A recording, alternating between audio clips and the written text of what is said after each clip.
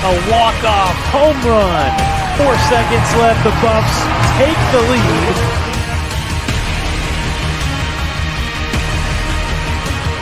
Bam launches the 3 and knocks it home.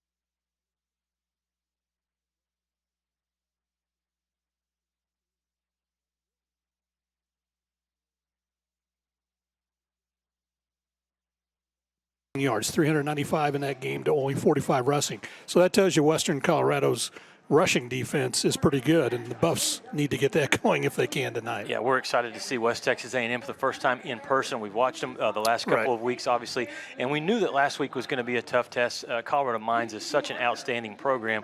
Buffs competed. They just had that second quarter where things did not go their way, and then they just couldn't get it back on track enough. We're excited to see them again here at home tonight, though. These two teams are meeting for the 9th time, and West Texas A&M holds a 7-1 edge overall, including a perfect 5-0 at home. We got a packed house ready to cheer on the Mighty Buffaloes against the Mountaineers. When we come back, we will hear from WT head coach Josh Lynn. West Texas A&M and Western Colorado collide in the Buffs home opener live on Flow Sports.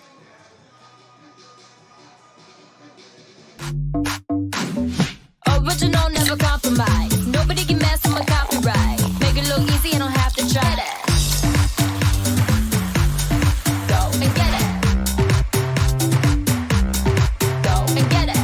Welcome to Shimin Dental Group, where every day we're excited to see our patients and treat them like family. We are dedicated to providing you with the highest quality care in a friendly and comfortable environment. Shimin Dental Group's patient-focused philosophy puts your needs front and center. We are constantly investing in leading-edge technology. Innovations that speed the treatment process and improve aesthetics. We're expanding the breadth of our cosmetic and restorative services through training to provide the best possible outcomes. Just with the level of commitment that they show to taking care of my family and I, it's absolutely unmatched in this town, so I've been very happy with them. Brightening smiles for more than 3 decades. Contact Shimin Dental Group for your appointment today.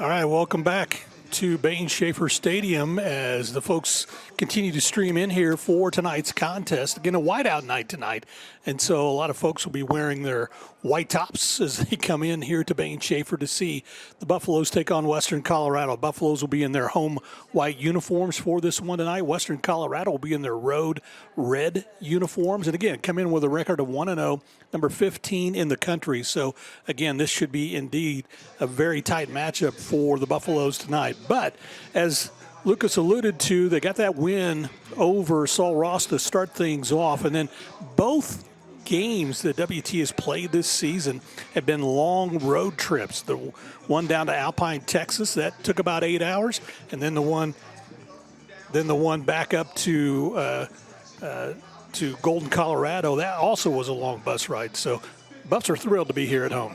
Let's hear from head coach Josh Lynn of West Texas A&M. For providing Buff Nation with snacks and drinks for tonight's game. So it seemed like Johnson was basically almost your entire offense Saturday. How did you feel about how he was able to move the ball, and also what do you want to do to try to get the rest of the running game the ball? Well, here's the deal. That's part of what they were doing. I mean, they were loading the box. We came back afterwards. We came back, on Friday when we watched the tape, and I really felt that we should have just gave him the option to throw the ball every single play. I mean, with the way they were playing our box, I mean, they were taking away our running backs as well as his quarterback run. I mean, we needed to throw the ball. And to take away a little bit off of that is, I thought our receiver play was out. Zorian Stanton had a good game. Tucker Savoda made some good catches, and then A.J. McPhee, who got going there. Those guys will also need to be a big part this week. But to get our running game going, I mean, we've got to open up. We've got to throw the ball a little more. It seemed like early on you guys really kind of couldn't get in a rhythm offensively. No. Was that more of a Mines defense thing? Or? Yeah, it's part of them. You know what I'm saying? Another thing, too, is the first series we had a 3rd and 1. We didn't convert. You know what I'm saying? And a couple series there, I thought once again, you kind of base it back on maybe the systematic. I thought sometimes we ran the ball and we shouldn't have been running the ball. We should have been just raising up and throwing it. And so that also goes back to this, the systematic and us calling plays. But you're right, we couldn't get any kind of rhythm. I really thought the middle of the 3rd quarter when we had our drive there, I thought we did start to get in rhythm. But part of that was just because of the intermediate pass. A lot of times when people look at games and the score probably doesn't tell the whole story. Sure. But you didn't have a lot of penalties, it seemed. You didn't have a lot of turnovers.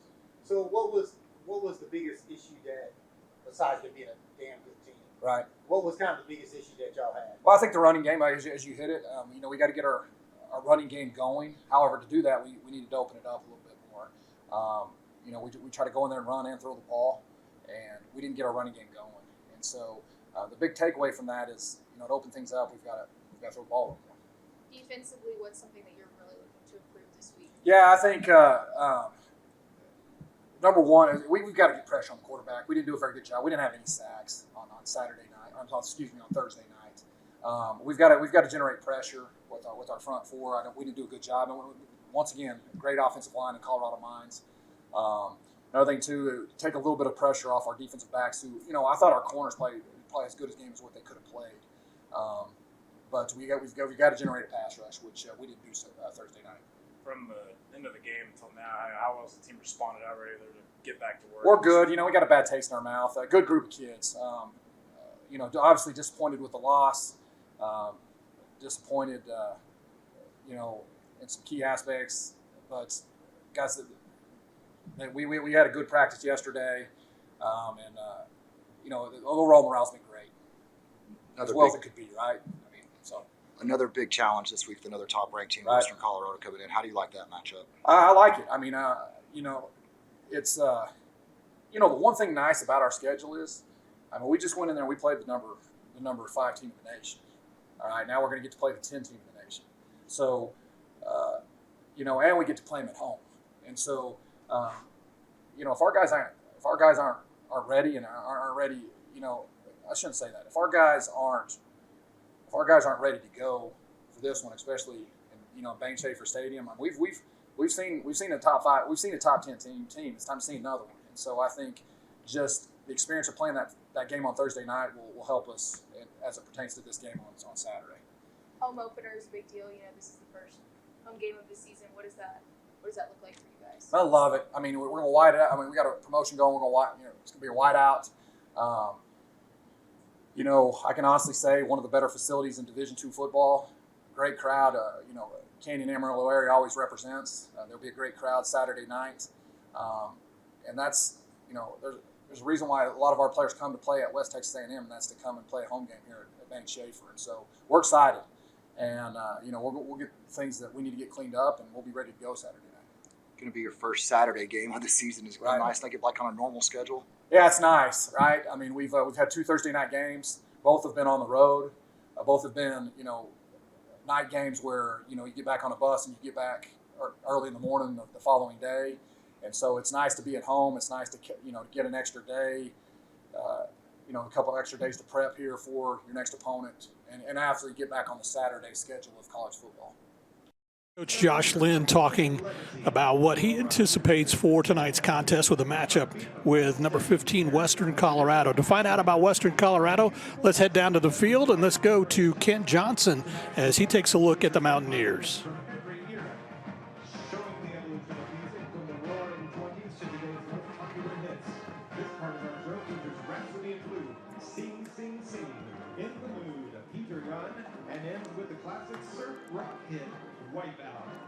Led by drum majors Aaron Hines, Dylan Martin, and Spencer Owens, we invite you to sit back and enjoy the sound of West Texas, your WG Rock Marching Band.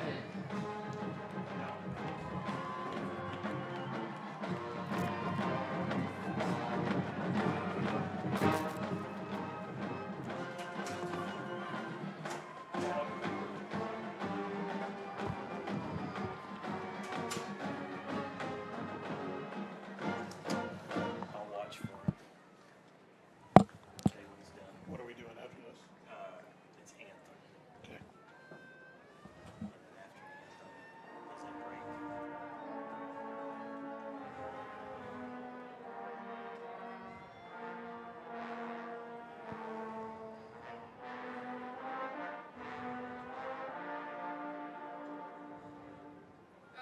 We're about to go back. On camera? Yes. Hey.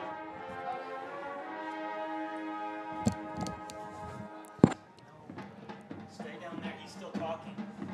Y'all start talking.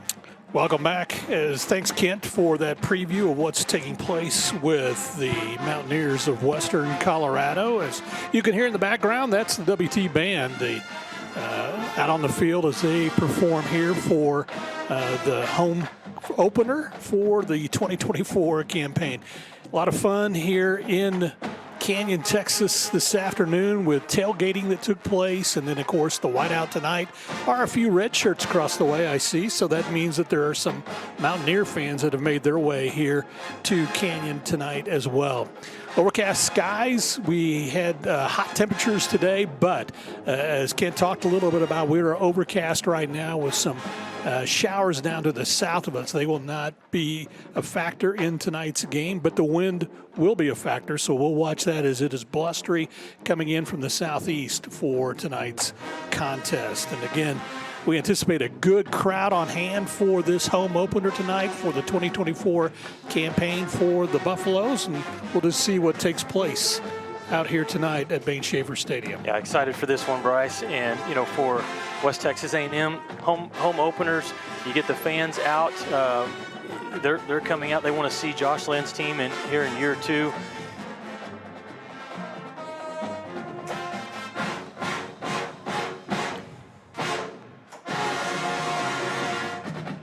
All right, thanks very much, Kent. And again, you hear the band in the background as they are playing in their pregame, getting set for tonight's contest. And so, again, expect an exciting matchup with Western Colorado and the Buffaloes here at Bain Schaefer Stadium. And again, one of the things that may come into play, we've watched this the last couple of days, has been the wind. It was very calm today, but it has blown in tonight. And so the flags unfurled in the south end zone. And so the wind coming in out of the southeast at about 15 to 25 miles per hour. So we'll see if that has any effect on what takes place in tonight's contest. You know, the all-time series mentioned that WT has that lead, and they have been perfect at home. We saw it last year, Bryce, and I know that the Buffaloes lost some games that were close that maybe they should have won. Absolutely. But it plays a factor. I mean, it gets loud in this stadium, and if you're Western Colorado, you know, it's the first road test for them. The last time that the two teams played here, WT did win. That was September 2nd of 2022. West Texas A&M won big, 44-6. Right. But most recently, it was Western Colorado that did win in Gunnison a year ago, 28-6. In today's college football, though, from each year, you know, you got a brand new roster for some of these teams. A lot of new faces. The Buffs have a new quarterback. The Buffs have a new running back. There are some new faces on the defense as well. And so for West Texas A&M, I don't think they're worried too much about what happened a year ago. No, I don't think they are at all. And again, last year, Cannon Gibson was a freshman. He was just kind of get his feet under him as he went up to Gunnison to perform in that contest. And again, just credit Western Colorado. They played tough defense in that ball game. And again, the Buffaloes just couldn't get anything going a year ago. But like you just said, it's a year different. We know the Buffaloes are bigger offensively, bigger defensively. And again, we've seen some really good sparks. And Sean Johnson, for those who don't know, he goes by the nickname of Fats, which is totally foreign to what he looks like. But that guy can really move the team, and he's done a nice job so far here early in the first two games of the season. All right, we'll have our national anthem for you.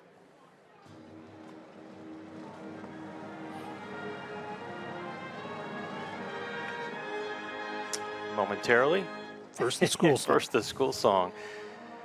As we love having the West Texas A&M band out in front of us, and again, already a great crowd on hand. For those of you who are watching the stream live on Flow Sports, welcome to Bain Schaefer Buffalo Stadium.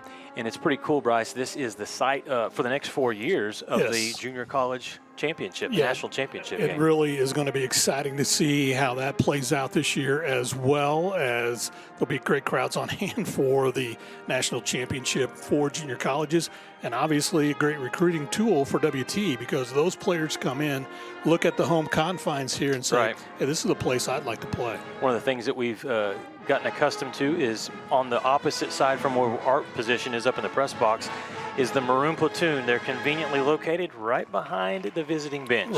Right. And again, good number of students have made their way over there for tonight's contest. And so now we get ready for our national anthem.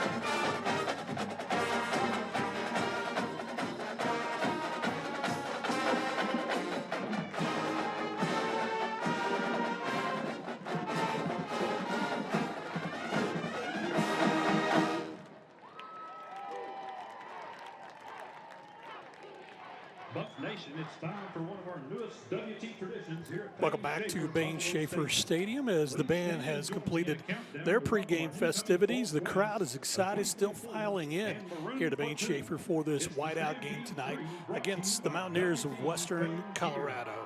All right, let's look at our X-Bar Steakhouse X factor of the game. You were talking about Sean Fats Johnson, the 6'2", 185-pound junior, the transfer originally out of Orlando, Florida, transfer from Nebraska Kearney. And, man, Sean has been great so far. You know, 2 games in. Week 1, he's Lone Star Conference Player of the Week. Gets a big game on the ground with 167 rushing yards and 4 touchdowns. He was really good through the air as well, very accurate. But we had a chance to visit with him the other night at the coaches show over at Feldman's Wrong Way Diner.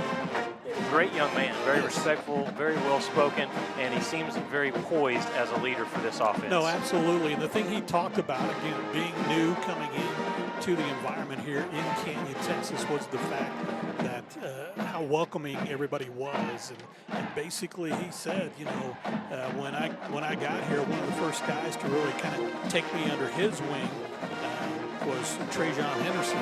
And Trajan basically said, you know, you need to step up, be the guy. We're going to back you and be supportive of you. And Trajan's an over player, obviously a senior, and so again, that was kind of welcoming for Sean Johnson. And so again, he's done a remarkable job, and I think he'll continue to just get better and better with each game. Western Colorado going to be keen on him for sure. Sean, he can throw it as well. We talk a lot about his running ability, but tonight he may have to throw it in the air and get the ball to those wide receivers and tight ends. We're going to take another timeout. When we come back, we'll have more for you here on the pregame show, including the keys to the game, and also we'll have a visit with Corin Davis talking about Western Colorado, the Mountaineers. We're back after this timeout. You're watching West Texas A&M football live on Flow Sports. For 90 years, the Lone Star Conference has been committed to excellence. What began in 1931 as a 5-team conference has grown to 18 institutions spanning 4 states. And while membership has changed, the pursuit of athletic success and academic excellence has never wavered. 119 national championships, over 2,000 All-Americans, and nearly 300 academic All-Americans. Celebrating 90 years of success, this is the Lone Star Conference.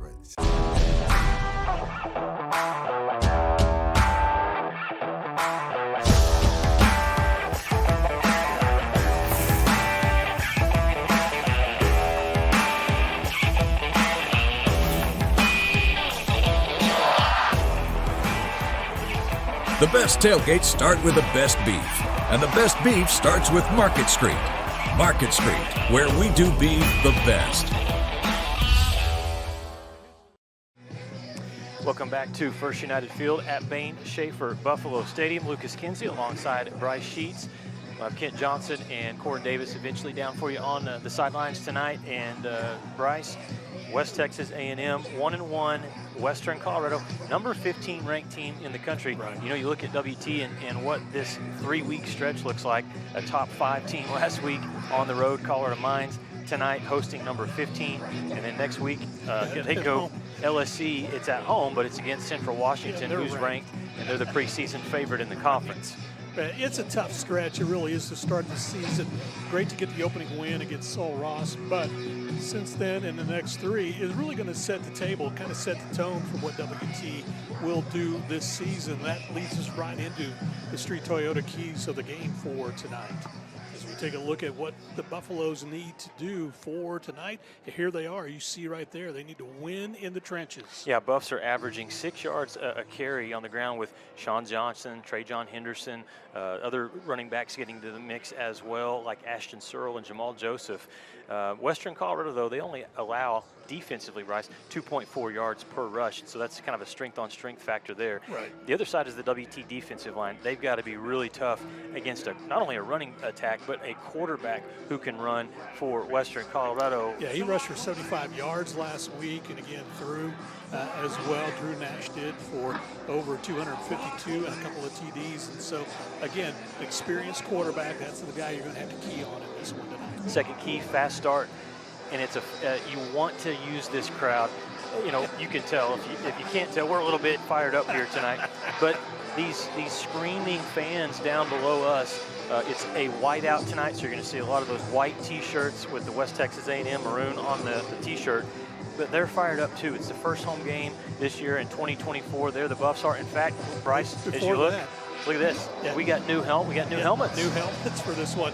But it was right before this tonight was the students who came out, the Maroon Platoon.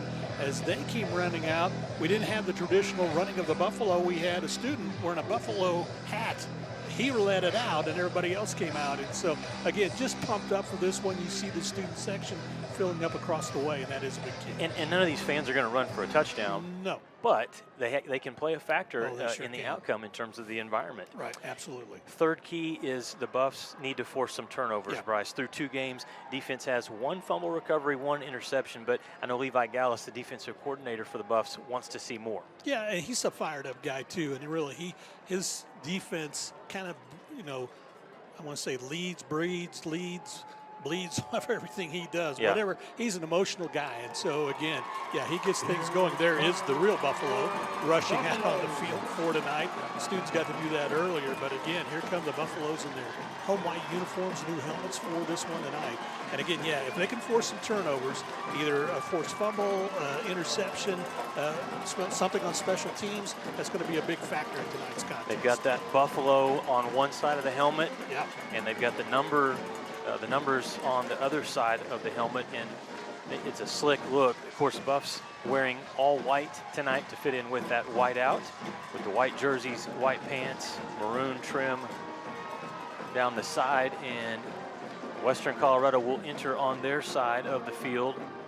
The visitors wearing red jerseys, red pants, and nice silver-looking helmets.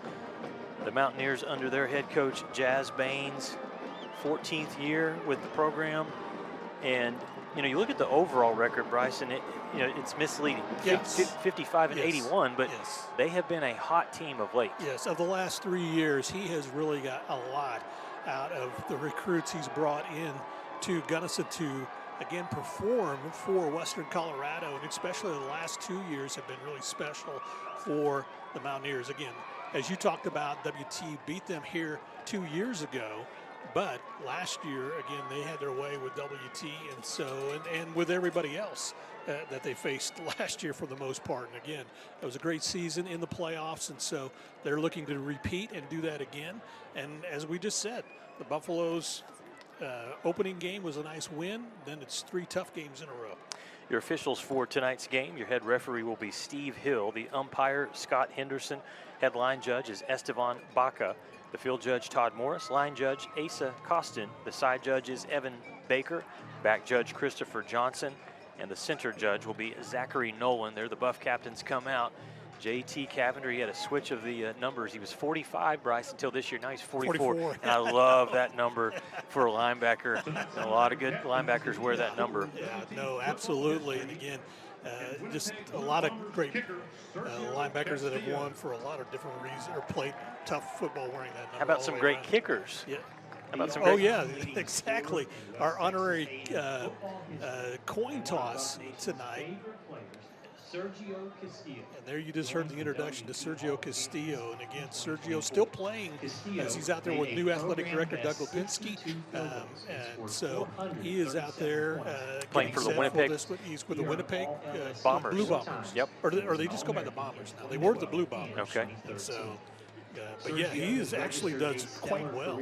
Canadian Football League, you can see on his hand he has a championship ring that he is wearing proudly as well. And so he will be the honorary captain for tonight's contest. Of course, former Buffalo, played on that great playoff teams, I should say, in 2012, 2013. And so, again, has gone on to have a great career, played for the New York Jets, and then now is in the Canadian League. I'd love to see him get another chance in the NFL. Sergio is the all-time leading scorer in West Texas A&M program history. Yeah, and again, he is a phenomenal athlete. Comes back to the Amarillo Canyon area, puts on clinics for kids, and really does a great job in everything he does. Sergio Castillo. There you hear the crowd applauding the former Buffalo player. Other captains for West Texas A&M will be Ty Dillon, Tyree Tipton, and the quarterback, Sean Johnson. Tyree Tipton, number 1, Sean Johnson. Number 44, J.T. Cavender. And number 3, Ty For Western Bullock. Colorado, you see Drew Nash, the quarterback, along with Jack Jones. There's the coin toss. Ethan Sanchez Maxwell. And number 6, Jack Jones. As well as And it number looks 9, like a pretty Drew slick Nash. coin that they're using tonight. Maybe a Hall of Champions coin, Bryce. I think it is, yes. Yeah, we can get one of those.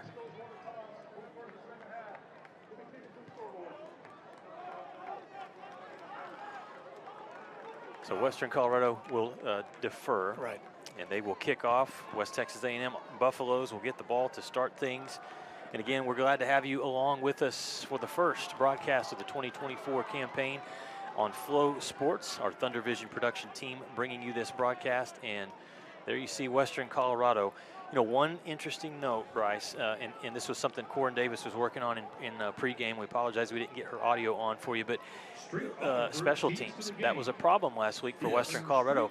Midwestern State, they scored a touchdown on a kickoff return. Kind of got themselves going a little bit. The Mountaineers did score on their first 3 drives of the ball game, so their offense was in sync and ready to go.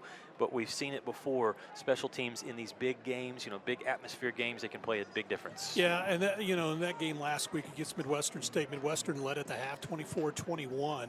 But in the third quarter, the Mountaineers scored 17 points to only 3 for Midwestern State, and that way they cruised to their first victory of the season. So the Buffs making their way out, fans on their feet as they get set for this one tonight. And as always, you hear the noise here at Bain Schaefer. It's a great place for the home team. They're trying to make it as difficult as they can for the visiting team. And so as we get set for this one tonight, we're ready to get this kickoff and get things underway. Back deep for the Buffaloes, number 6, Zorian Stanton. And it's going to go into the arms of Stanton, taking it from the 6-yard line. Good blocking ahead, but coming through, making a great special teams tackle is number 3, Cy Shope. And he stopped Stanton in his tracks right there at the 16-yard line. Buffs will have their first offensive possession of the ball game from there. Stanton thought he had an open lane going to the far side of the field, started to head that way. And then, as you mentioned, credit Shop as he came up and from that backup linebacker spot came flying up and made special teams play. So Buffs will be deep in their own territory as they will start at the 16-yard line. And if we have it, we'll look at the offensive starters for the Buffaloes, the West Texas A&M Buffaloes, the left going from left to right. Left tackle for the Buffs, Canyon Ives. The left guard, Hunter Maston. The center, Joe Teasi. Jax Andrews, the right guard, and Matthew Ames, the right tackle. Out of the gun, Sean Johnson. QB1 will hand it off up the middle. Huge hole opens up for Trajan Henderson, and that is a great start for WT. Is that offensive line a good push? Well, the great thing about the offensive line, and Josh Lynn talked about it, and they'll go quickly. Yeah, we'll let them go ahead and go quickly. Starters, Brennan Ray tight end, Stanton the receiver, along with Tyree Tipton, Tucker Swoboda. And again, that was Trajan Henderson, who the last time you and I had a broadcast where Trajan was on the field, he was playing for Central Washington, yeah, and he was running all over the field against the Buffaloes. Yeah, so we like to see him do that today. Against Western Colorado. Blitz showing here for Western Colorado, and the Buffs run it again. And Trajan, decent hole opens up. He's going to gain yardage to the 25 and set up a 3rd down and short. You know, what Josh Lynn talked about as he was recruiting this year, he was trying to bulk up the offensive line a little bit and the defensive line, and he was able to do that with those front 5. Again, a lot bigger than they were last year, and they try to use that to their advantage. Western Colorado on 3rd and short. Buffs hand it off. Trajan trying to squirt through and pick up enough for the first down. It's going to be close. I don't think he got there. He did not get there. He's going to be about a half a yard short. They had to get to the 26.5-yard line. The play was disrupted, Bryce, because the snap was low. Sean Johnson had to reach down. Yep. And the timing was off, and so as a result, it's a big stop for Western Colorado's defense. They're going to get the ball back, force a punt. And it is the home opener, but I can guarantee you a lot of the players got a lot of butterflies as they get set for this one tonight as well. So it'll be a punting situation for the Buffaloes, and James Ingram getting set. He looked great in warm-ups tonight. The punt, high and fair caught at around the 35-yard line by the return man. Number 25, Ethan Sanchez Maxwell, also plays safety for the Mountaineers. James Ingram, when he was warming up tonight, was going with the wind at his back, was punting it inside between the 35 and 40-yard line down to the goal. And so he got some height on that earlier tonight. All right, so the Buffs defense on the field for the first time. There's JT Cavender, and we'll see Western Colorado's offense as well, with Drew Nash, the starting quarterback, off of a big performance last week. The junior out of Torrance, Colorado, will work with 3 receivers split to the far side on 1st down and 10. First play from scrimmage for the visitors. It's a handoff to Braden Hogan. Hogan drags some defenders for a short gain. Yeah. And Preston Stazuski, the safety, in on the tackle. Yeah, JT Cavender comes up and makes the stop as well. But also credit linebacker Zach Schlager as he saw where the hole was, so he slid down. He was playing further out to the far side of the field, slid down to force that back to the inside. Hogan, a senior from Morrison, Colorado. Last week, 44 yards and a touchdown against Midwestern State. So they call it 2nd down and 7. High snap. Nash going to keep it, try to find some running room, escapes 2 tackles, and watch out, Nash breaks free. Nash into Buff territory at the 20, at the 10, touchdown, Western Colorado. No flags on the play. No flags, it goes 62 yards. That was off the big gap on the right side, and that time Schlegel with the quarterback keep ran into Zach Schlegel, and he just couldn't wrap him up. And once he bounced off him, he had an open lane to sprint through. He was the leading rusher last week for Western Colorado, and obviously tonight starts things off in a big way. So that did not take long for the Mountaineers to strike. And here is the place kicker, Adam Tacey, to come on and attempt this extra point.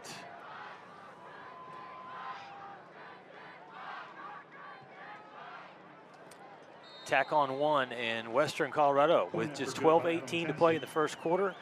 A quick scoring drive, and they lead 7-0. We're back with the kickoff here from Bain Schaefer Buffalo Stadium. You're watching West Texas A&M and Western Colorado live on Flow Sports.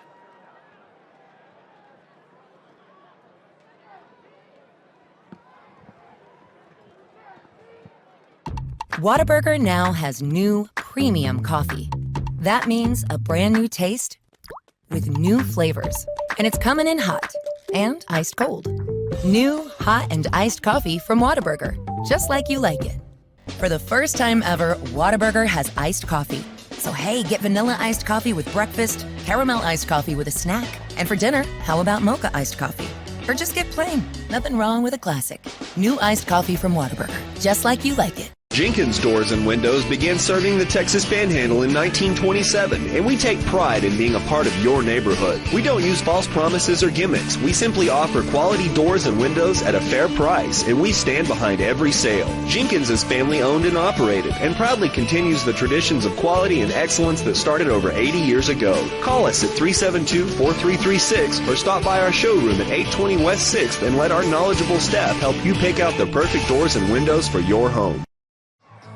Well, a 2-play drive that covers 65 yards. The long run from Drew Nash, a 62-yarder as he takes it, bounces off of Zach Schlegel, and then takes off and able to go straight up the field because of an open area.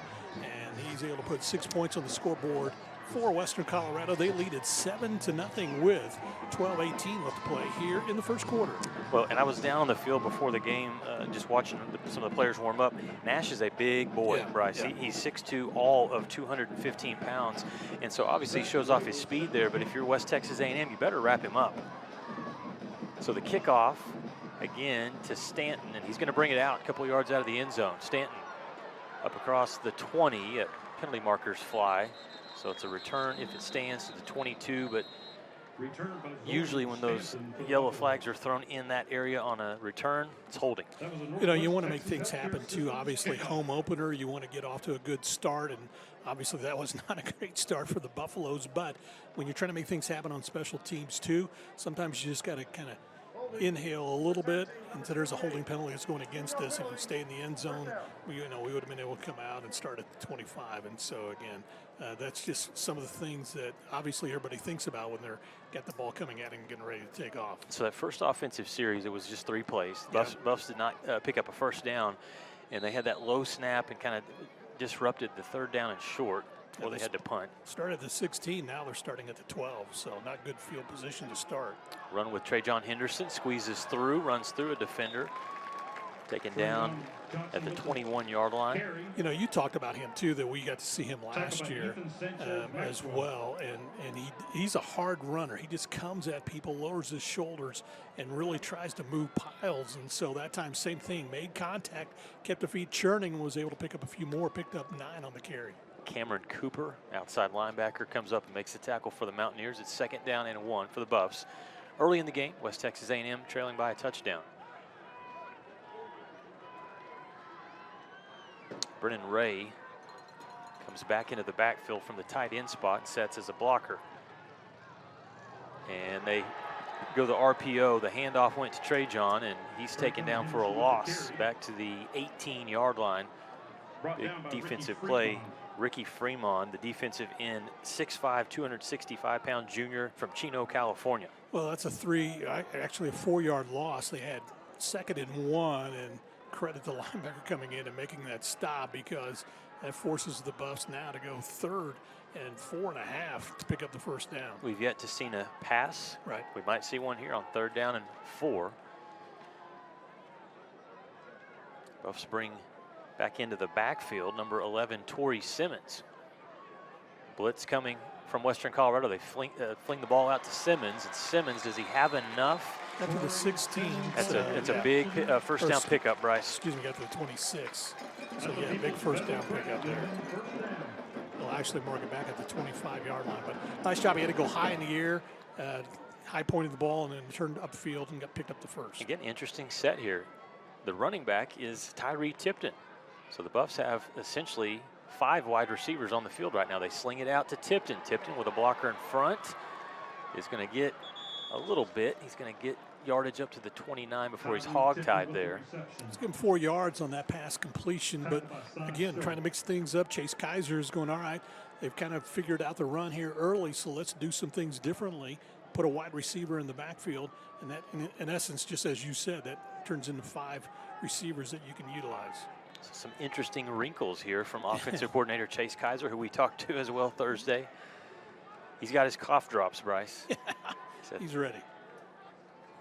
So he goes through tons of cough drops every game as offensive coordinator. He's up in the booth calling plays. Sean Johnson trying to bounce it to the edge, and he can't do so. In his face again, number 54, coming up from the outside, Cameron Cooper.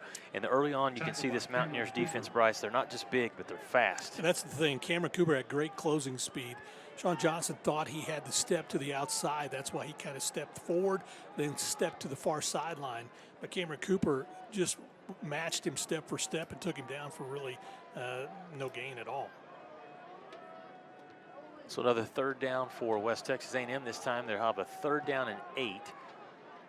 Need to get to the 35-yard line to pick up this first down. Trajan Henderson back in as the running back, and Sean Johnson will throw. Good protection. And he threw it too high, incomplete down the field. Good coverage by Western Colorado. Yeah, he's trying to get it up the field as quickly as he could, but Logan White, one of the defensive backs back there, put a pretty big hit on the receiver as well. Yeah, just too high of a throw for anybody to bring in, and so that'll bring up another punting situation for the Buffaloes. And this is not how they drew it up to start the ball game for today. They've been back in their own field position pretty deep. Penalty marker flies here. The punt return from Jack Jones catches it on the run and gains yardage up near midfield, but this will be interesting. Yeah, that's the far back judge that threw his flag, so he saw something. Relays it to the referee. Looks like it's going to be against Western Colorado. As the officials sort this one out.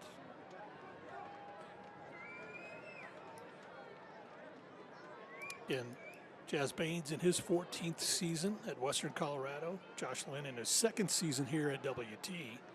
Officials are talking to both head coaches, explaining what's going on. Far sideline official also threw his hat down. They're going to punt it again, Bryce. They're going to give 5 yards, I believe. So legal substitution on defense. So the Buffs will punt it again, and it will be 4th down and 3 instead of 4th down and 8. but still early in the game. And, right. And so they got it. It's tempting. I know you're thinking, yeah, we could do something here, but yeah, early in the game, trailing 7-0. Let's let our defense go to work. So James Ingham kicks again. Booming kick. It is. Fair catch signal made, and the catch hauled in. So better field position in terms of the defense for the Buffaloes. Media timeout right now on the field, so we'll step aside as well. Score 7-0. Western Colorado with the lead. 8:33 to play. We'll take the timeout, come back with more football live on Flow Sports after these messages.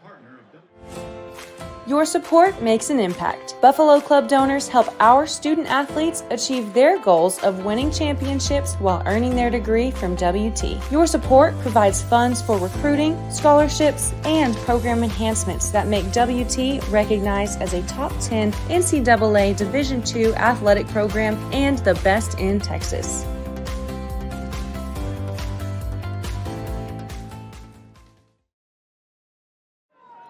Back to the action here. Empty backfield, 1st and 10 for Drew Nash and the Western Colorado offense. Nash sets, now flushed out of the pocket on the run. Great coverage. Cam Manahan. You could hardly see the receiver, Bryce, number 7, out there, DJ Allen Jr., because Manahan letting him know. Yeah, he played that perfectly. He wrapped him up like a blanket. Wasn't touching, but just got around him. And when the ball came in, reached across with his right hand, knocked it away to make it 2nd and 10. They stay in the same set, empty backfield. A lot of good receivers, but good options for Nash. He's going to keep it. Calls his own number up the middle, a big hole, and he uses that big frame to push forward. JT Cavender makes the stop it not before yardage is gained to the 42-yard line by Drew Nash, and you can tell early on they're going to utilize his legs and his big body. Well, he was the leading rusher for him last week, 75 yards on the ground, and so, yeah, they're going to definitely utilize him. And they feel like his two-prone attack, and he does a lot of RPOs, and so he can read, he can take off, he can do all kinds of things. And so, again, in the short 3rd and 2 right now for Nash, and again, now he does have a running back in the backfield. Buffs walk the linebackers up on the line of scrimmage, and it's a run, a big run, and a 1st down. Ball's loose, and it's fumbled, and the Buffs recovered it. Taken down there, David Domenezes recovers the fumble at the end of the play at the 45-yard line, and there's one of our keys, forced turnovers. You're down 7-0. You don't have much momentum. They needed that. They absolutely needed that. Brayton Hogan that time runs off to the left side. Got a good open hole. JT Cavender read it. He came up in the middle over close to the center, and so that opened up a left lane as we watching the replay. And so he comes to the left side, and then just at the last second, the ball slipped out. Yeah, reaches in, knocks it away, and the Buffaloes cover it up. So credit Preston Stazuski with the forced fumble. Credit David Domenezes with the fumble recovery, and now this Buff offense hopefully can capitalize. 1st and 10 in Mountaineers territory. Sean Johnson throws, but I think that's incomplete. Yeah, he was out of bounds. Torrey Simmons could not keep a foot in bounds. Tried the old ballet tap right there, you know, trying to get the toe down, but just couldn't do it. And again, also credit for the Buffaloes out there to help block that time was Brennan Ray. He watched for a lineman to come trying to reach out for his quarterback. He protected him and gave him that extra second to throw the football. Trey John Henderson, the running back. Back with Sean Johnson, Fats, quarterback, trying to get into some kind of a rhythm early on in Western Colorado's defense has been very good. Play action, throw to the outside, catch made. Stanton with some shake and bake, and he gains good yardage inside the 40, sets up a manageable 3rd down, 3rd and a long 3 here for WT. Stanton's been a guy, he's a new player to the team this year, Bryce, and he's had a big impact early on. He transfers from Nebraska Kearney, makes the catch there. Buffs hurry up, go tempo. Now they'll stop and look to the side. Stanton, 6 foot, 180 pounds. Tucker Swoboda, 6'3", 200 pounds. Shea Whiting, 6'2", 220. So they got a little bigger this year with those receivers.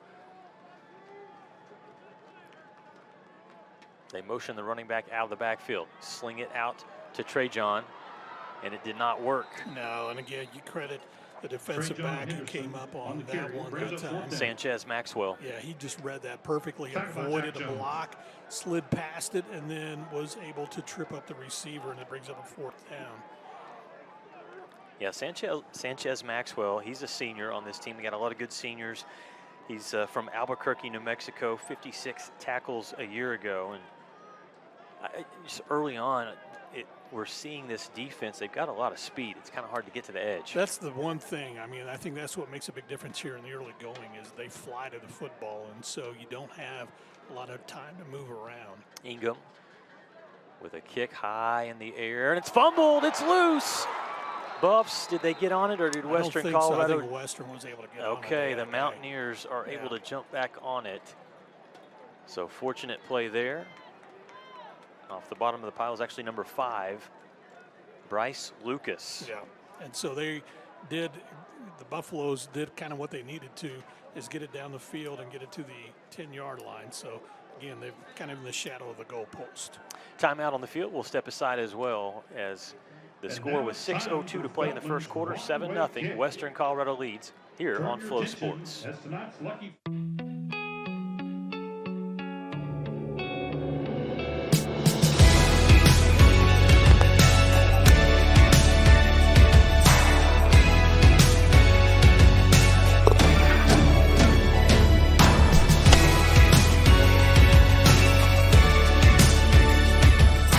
Headquarters and get helped, get fitted, and get your questions answered, and find out about our price matching online today.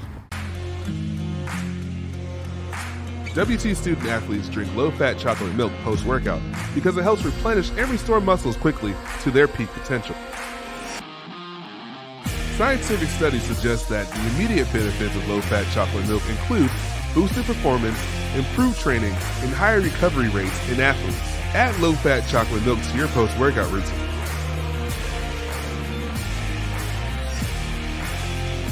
Go Buffs! And welcome back to Shane let me get it right. Bain Schaefer Stadium. I want to say Shane Baker. That's not it. Shane Baker is not it. Bain Schaefer Stadium. Good crowd on hand for the Buffaloes here tonight. And again, wide out this evening. The Buffaloes had an opportunity there twice, actually. Came up with a fumble the first time. Second time almost came up with it again. And so deep in Mountaineer territory, Western Colorado will take over at their own 10-yard line. And again, I do think there's probably a little bit of nerves, a lot of adrenaline flowing for the home opener. Buffs have been on 2 long road trips to start the season, so they get to play here at home. Got a great crowd on hand, making a lot of noise. And so as things settle down now, they get to read a little bit and kind of, understand what the Mountaineers are doing offensively. Yeah, rhythm is the word that keeps coming to mind. Offensively, Buffs have just not been able to find it yet. Defense back on the field now, though. And for Western Colorado, last time we saw the offense, Buffs forced a turnover. Braden Hogan, the running back. They're going to run a pass play here. Nash, pressure in his face, and a good throw, complete for short yardage, as he found Hogan as the kind of safety valve there, but credit Nash because he had JT Cavender. Yeah. Cavender, again, came on a linebacker blitz that time, went around the center and the right guard and was able to get in the face of the quarterback. Nash had to get rid of it quickly, found a relief valve, picked up 4 yards on the throw. Second down and 4. Buffs showing some blitz with Cade Cox, the linebacker, walking up, and they do bring the pressure. And Western Colorado runs right at it. Hogan, good gain up to about the 18-yard line. It's going to be 3rd down and short. Hogan obviously a little upset at himself for that fumble the last time he carried the ball. So he ran with a purpose that time, took on the blockers and took on the tacklers and able to push it to make it a 3rd and short. You know how he's tough, Bryce? He was an all-conference lacrosse player in high school. Okay. 3rd down and short for Western Colorado. Hogan gets the carry again, and he breaks the tackle, bounces outside, and he's got enough for the first down. Cade Cox was there, and he just couldn't wrap up and bring the running back down, and Hogan has enough to move the sticks. Yeah, we've seen that a couple of times. Again, that's how Western Colorado got that early 7-0 lead. You got to wrap up. You got to hit them at the waist and below, and just completely wrap up their legs. Don't allow them to keep going, and that happened for a second time to allow for the first down. So a lot of run plays, run action here from Western Colorado. See if they set up play action.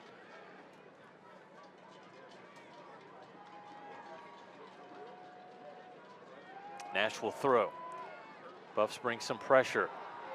And that ball thrown away a little too early, and it was good coverage down the field, but I think that one was due to that pass rush that WT had disrupted. Yeah, and definitely so. WT shifted into it. They had one linebacker high and deep, and so that linebacker, or not linebacker, excuse me, one safety was high, and so they were looking, on a one, to put pressure on the quarterback. They were able to do that and force the throw early. So 2nd down and 10 for the Mountaineers. Buffs walk Josh Baird, the outside linebacker, up on the line. Good running hole for Hogan, who's taken down by one of the Buff secondary players.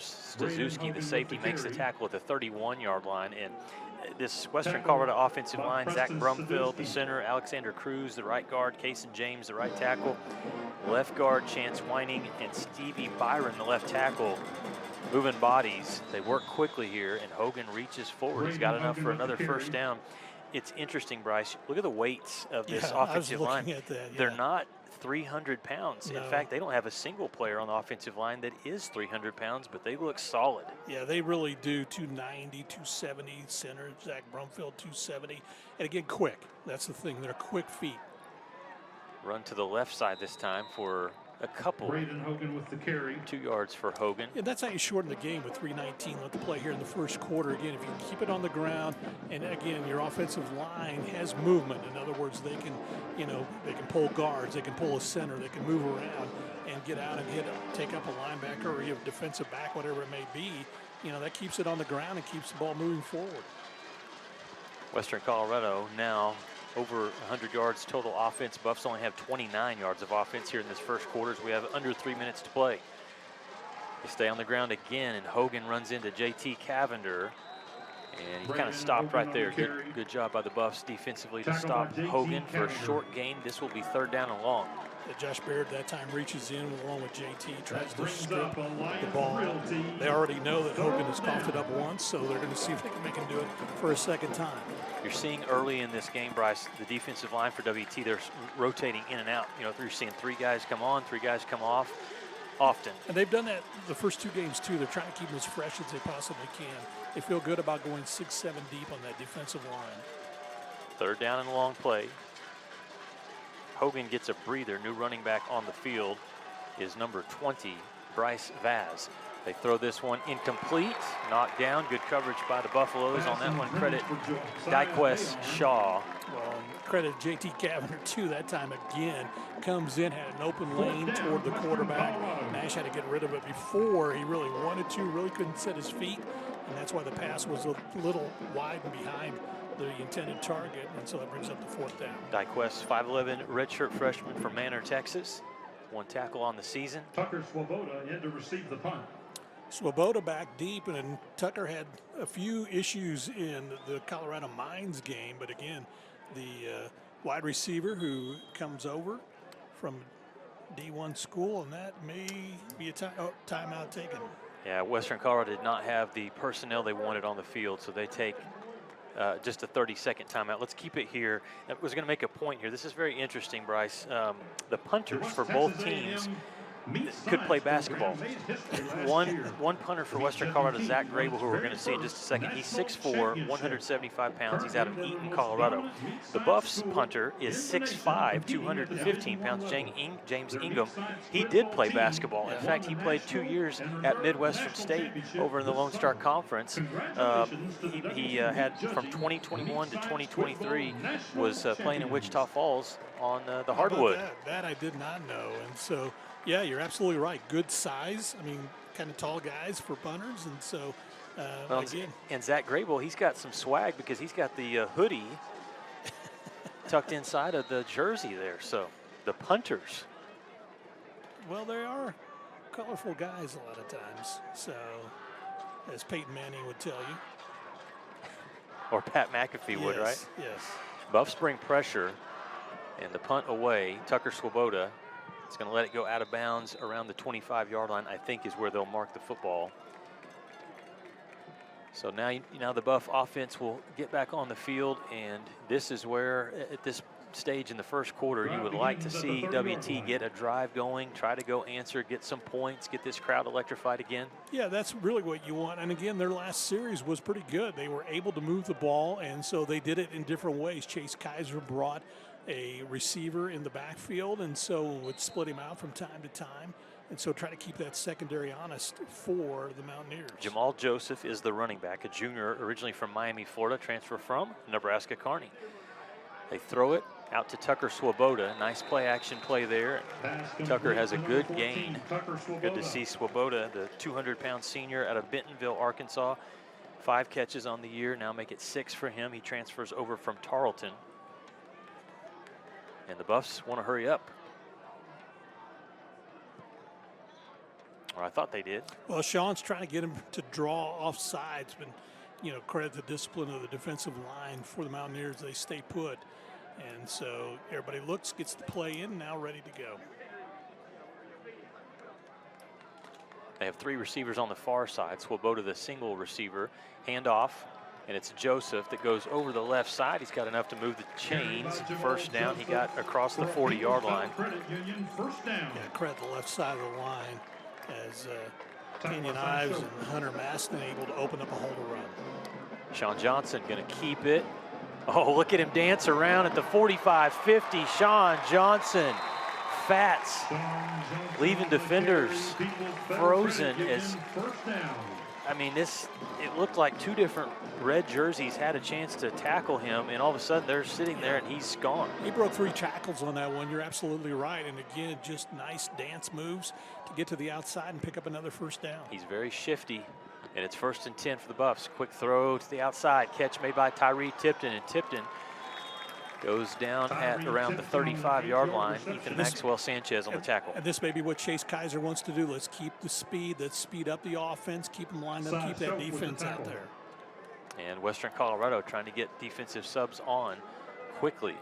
Joseph stays in at the running back.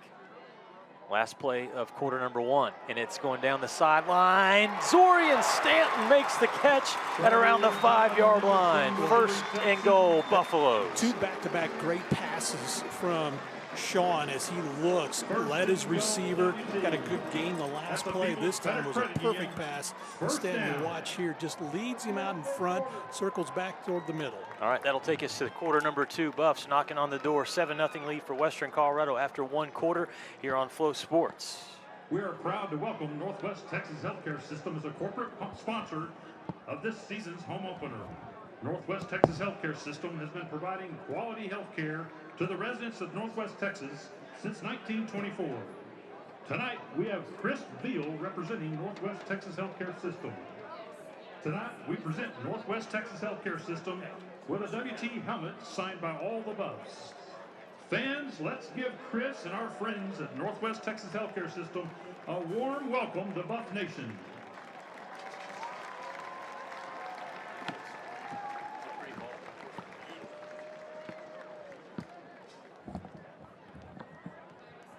Okay.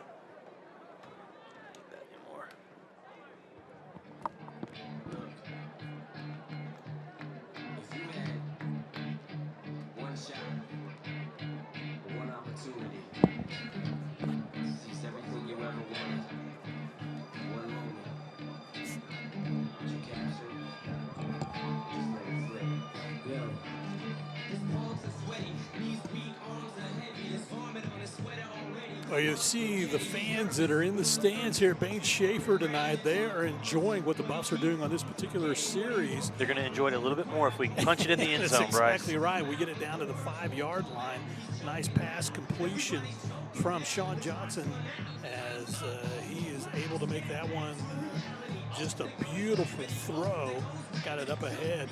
We look at the offensive, or I should say we look at we talked about the Buffs only have 27 yards before their last 2 series, but now they've kind of made things interesting. Total yards in that first quarter, 102 for Western Colorado, 95 for the Buffs.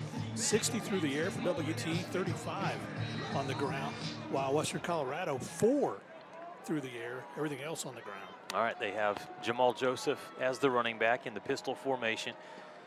Brennan Ray goes in motion. And they throw it to Brennan Ray. Brennan Ray at the 5. Brennan Ray is knocked out at the 1-yard line. I was ready to have that big man tight end touchdown. And I saw that corner go down. I thought he hit the pylon. And so, again, just a nice job. Nice misdirection, too, from Sean Johnson, as it looked like it was a handoff. And he got it out to his blocking back as the fullback, Brennan Ray, able to get close inside the 1-yard line. 2nd and goal now for West Texas A&M.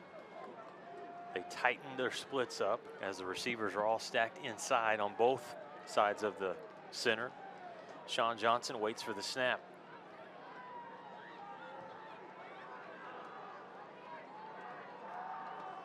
Keeps it. Sean Johnson fats into the end zone. Stampede, baby.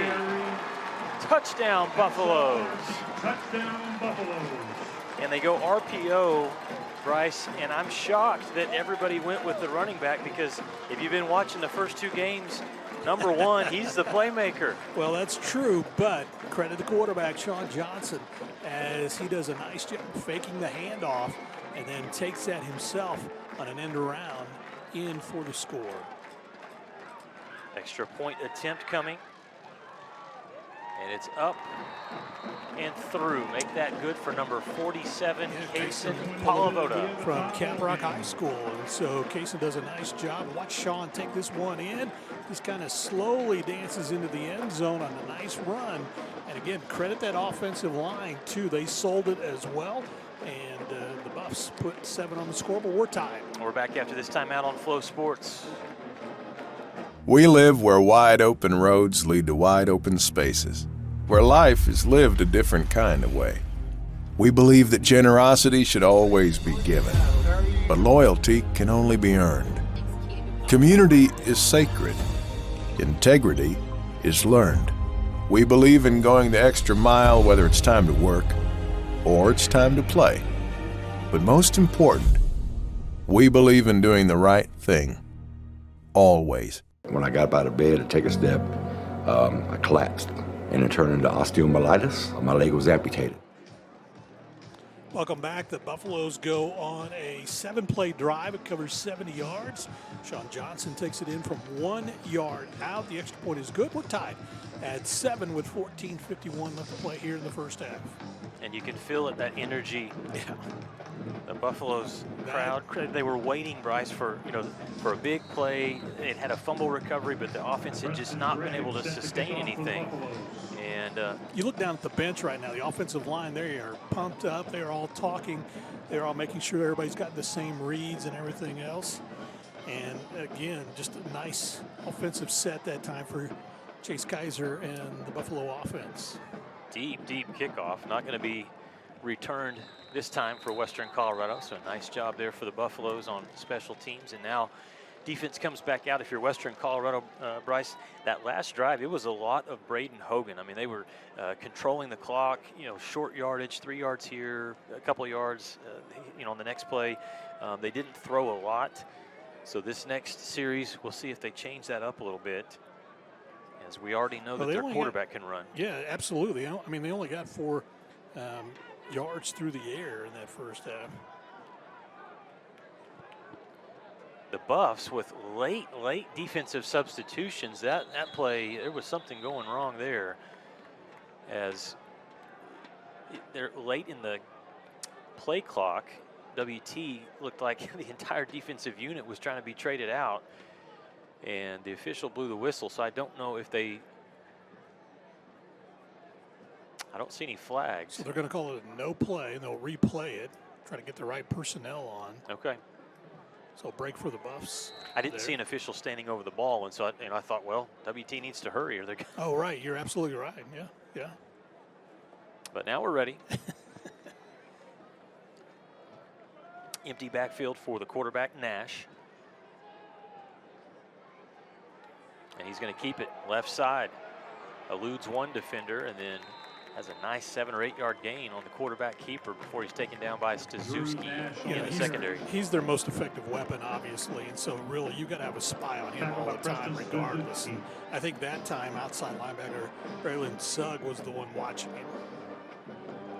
Second down and short, and again they stay in the same formation. Drew Nash in empty backfield. The Buffs walk the linebackers up and bring pressure, and they throw it across the middle, complete, running free at the 50-yard line into Buff territory. Nice completion to Cole Ritters, the senior from Longmont, Colorado, and that was a perfect play against the defense. Yeah, because the defense had brought everybody up, so there really were 6 or 7 rushing the quarterback that time, and so he had the advantage in the secondary and made a nice completion out to Cole Ritters, who picks up a big first down across midfield. Best pass play of the game so far for Western Colorado. Ritters is this veteran receiver for this team career-wise, 87 catches, 7 touchdowns as a Mountaineer. Now they go on the ground.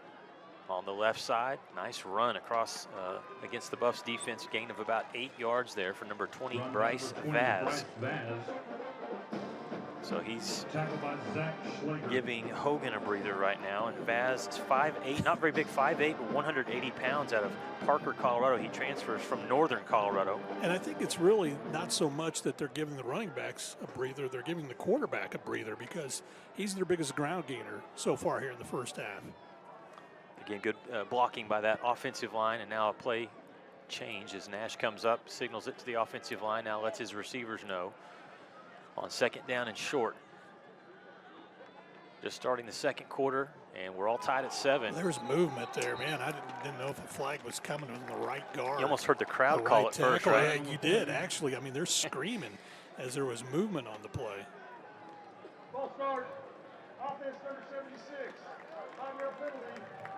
These West Texas fans, Bryce, they know their rules, and they tend to let the officials know from time to time. Well, I saw that from here, and I think everybody else from their seat saw it as well, as he just kind of had a start, moved his shoulder, kind of slid forward a little bit. So the penalty makes it second down and 7 now. They back the ball up to the 41-yard line. Nash with the running back Vaz back there with him. Fake it to Vaz. Good pressure thrown off his back foot. What a great throw. Down the field to number 89, Josiah Aon.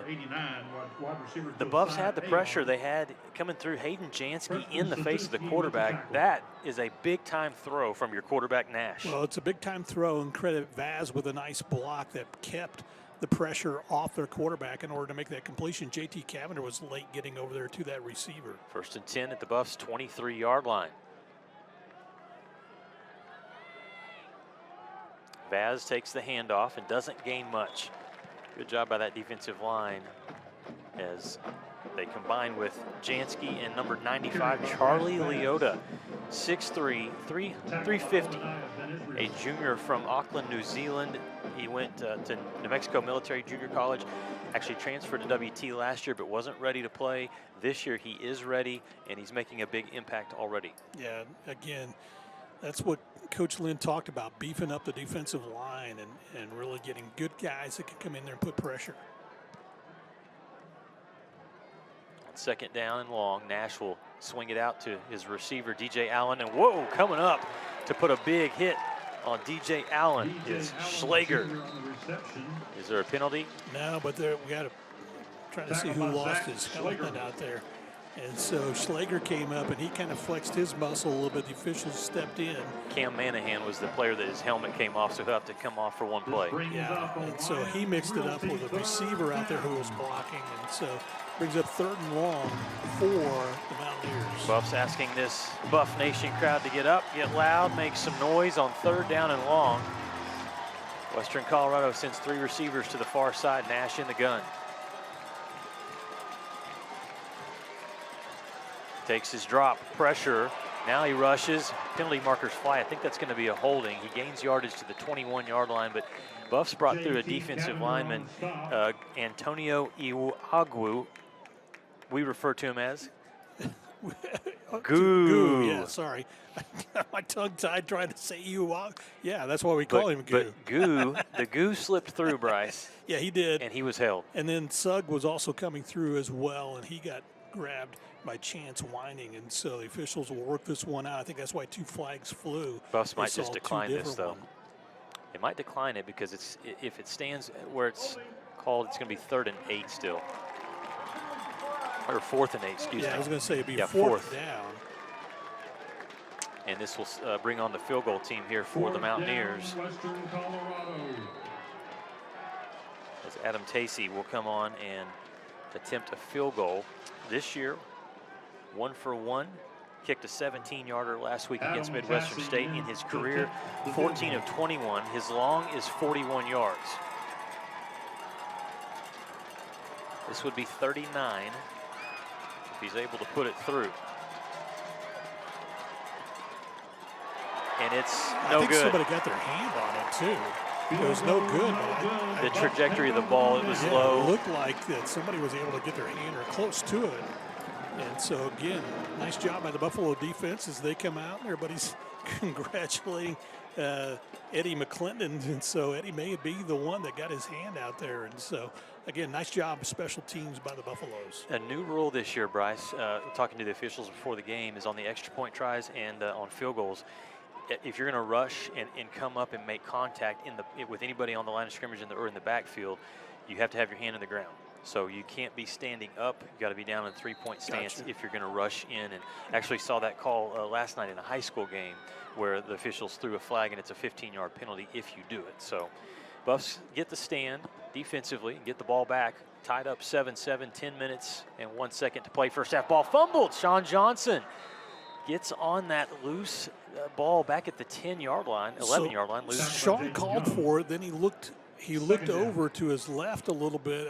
He saw something there, and I don't know what, but it took his eye off the football as it was snapped back to him, and then he couldn't find it quick enough. And so that was a big miscue between the center exchange. Yeah, you don't want to have those plays when you got the momentum and. No, absolutely not. And again, you got the fans behind you, and you want to make sure after a nice stop on a field goal try, positive yards. Now the Mountaineers bring pressure. Sean Johnson keeps it, and actually Sean Johnson stopped himself that time. The feet got going too fast. He lost his footing and kind of knew he wanted to go to the right and then juke back to the left. And as he did that, his feet just kind of gave out, and he went down. And so now it makes it 3rd and long. Yeah, on this play here, you're wanting to just gain. I mean, if you gain 10 yards and give your punter a little bit more room. Yeah, you want to get your punter out of the end zone for sure. Buffs have Trajon Henderson out there as the running back. They have 2 receivers split to each side. See if the Mountaineers stay back in the zone defensively here on 3rd down and 19. They bring pressure. I think the Buffs maybe too long. Didn't get the ball off in time. Play clock went down to 0, and again, that time the left guard reached his hand in and let the center know to snap it. So after a great stop on the field goal, things have gone in the wrong direction for the Buffaloes. Mishandled snap. Then again, Sean trying to run, just lost his footing. Only got 2 yards on the play, and now a delay of game.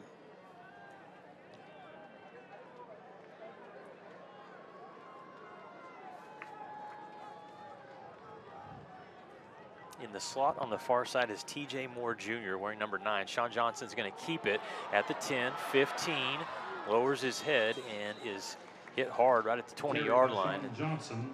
Well, that's one where the coach was going to say, slide, don't lower your head and run into somebody. And we saw what happened in the Miami game. Something like that. With Tua. So again, just, great yards. You got us out of the shadow of the goalpost, but just slide. So that brings on James Ingham. He'll punt it away. Back to return is Jack Jones. Jones fields it on the run at the 35-yard line and is taken down. Great job on the special teams. That's number 28, Julian Ledoux. that comes up and makes a good tackle, and we'll have a timeout now. 7:28 to play here in quarter number 2. It's a great one here in the first half. Buffaloes and Mountaineers all tied at 7. Nothing connects people in Canyon like WT Football. No one connects Canyon to fast internet like Optimum. Get speeds up to 1 gig with 99.9% network reliability. Switch to Optimum Mobile and connect to big savings on America's largest 5G network. Optimum is an official partner of West Texas A&M Athletics. Sign up now at Optimum.com. Optimum, where local is big time. Where are we going and how are we going to get there? Get there with room to spare in your new Ford Expedition from Tri-State Ford on I-40 at Ross. Grab your friends and go. Tons of new Fords are rolling in. Face the road ahead in a dependable truck. The built Ford Tough F-150. Looking for more horsepower? Saddle up the legendary Ford Mustang. Or how about a new Bronco or a Maverick? There you see the fans across the way, and again, good crowd on hand for this whiteout tonight against Western Colorado, excuse me. Already jumped ahead to next week against Central Washington. Western Colorado tonight, number 15 team in the country. We're tied at 7:28 left to play here in the first half. Looking at the yardage right now, the numbers: Western Colorado 161 yards. They've got 115 on the ground. The Buffs have good balance, but they only have 104 total yards, 64 through the air, 40 rushing. And right now, good field position for the Mountaineers. The Buffs defense, the last time they were on the field, Bryce, did a lot of good things, got pressure on the quarterback, and their tackling was a little better too. Yeah, they really did. And so, again, they're walking outside linebackers up. They got a three-man front, 3 down linemen, walking linebackers up, and that leaves the 2 in the middle to kind of read which way Drew Nash is going to go. Well, they have 2 running backs out there now. Braden Hogan back on the field, so is Bryce Vaz. They motion Vaz out of the backfield and hand it off to Hogan. Over the right side, Hogan, good hole, and he drags Buff defenders for a gain of 5 yards. Ty Dillon going to get in on the stop for the Buffaloes. The Buffs did a nice job. They read that one, too, as Vaz went to the outside. They kind of shifted out toward the far side of the field, but everybody stayed home on the near side and able to make the stop. On second down, same set. 2 receivers to the far side. The tight end on the right side is Daniel Parsick. 6 catches last week for him. They haven't gone to him yet. Play action. There's Parsick, and it's incomplete. And there's Preston Stazuski. Yeah, Preston stuck him as soon as the ball got there. Just knocked the ball free. That's, again, a veteran safety comes up and makes the stop. So I was playing defensive coordinator, Bryce. I was mentioning the tight end. I know. And they went to the tight end. You knew exactly who they were going to in that set. It was a nice job. This time, keep your eye on the quarterback. Right, He likes to run on these 3rd down and about 5 or 6 yards. He's been really good at it. Drew Nash on 3rd down. Buffs hang back. The throw incomplete. Good coverage on the play. Credit David Domenezes, the outside linebacker in coverage. David did a nice job that time. Stayed step for step for the intended target, which was Caden Mesner. And again, as the ball got there, able to tip it away, and so it brings up a 4th down. Nice stop by the defense. Yeah, the defense has looked different. They look like they're making adjustments and they're figuring some things out. Right. And they're flying around. They really are. They're flying to the ball. Tucker Swoboda stands at his own 10-yard line. The Buffs have gotten pressure on the punter the last couple of times. Swoboda comes up and makes the fair catch at the 26-yard line. For Swoboda, too, he's a veteran guy. And again, he did the right thing that time, too. He told the official, if it's short, I'm going to fair catch it, and already made that contact, or that let the official know, and the back judge that's what he was going to do. Got his hand quickly up and then able to pull that in. So WT, the offense can get something going. Could try to break this 7-7 tie. Western Colorado scores in the first quarter. The Buffs answer it early in the second quarter. Yeah, absolutely. And so, again, credit how they've made some adjustments like you just talked about, because it looked like from that first series that Western Colorado was going to take off. Tyree Tipton in the backfield. They motion him out. Throw to Tyree. Blockers in front, makes one man miss. Tyree at the 30, nearly got away from the defender. So you can tell, Bryce, what they're doing. We've seen this a couple of times when they have a wide receiver in the backfield, whether it's Tipton or Torrey Simmons, flare them out. Right. If the defense gives it, they're going to pass it to that receiver real quick and then let him go. Again, read option for Sean Johnson, and he has the decision on what he wants to do. Gain of 6, so on 2nd down and 4. Tipton wide open, and it was maybe a little overthrown. Too high. He had to turn around, and his body was twisting. He just couldn't bring it in. That was, if Sean could get it to him, Bryce, that is a touchdown. That was the right play call that time. And again, Sean, just too much adrenaline as he let go of it. And again, he saw him, and the official, and again, there's part of the field. And so Tyree had to go around the official as well. He may have been thinking about that, like, I don't want to run into the umpire. Right. And the officials know, I mean, they're part of the field. Sure. And so if they do get run into, then that's just part of it. Well, keep that play right there in your back pocket, because we may see it again.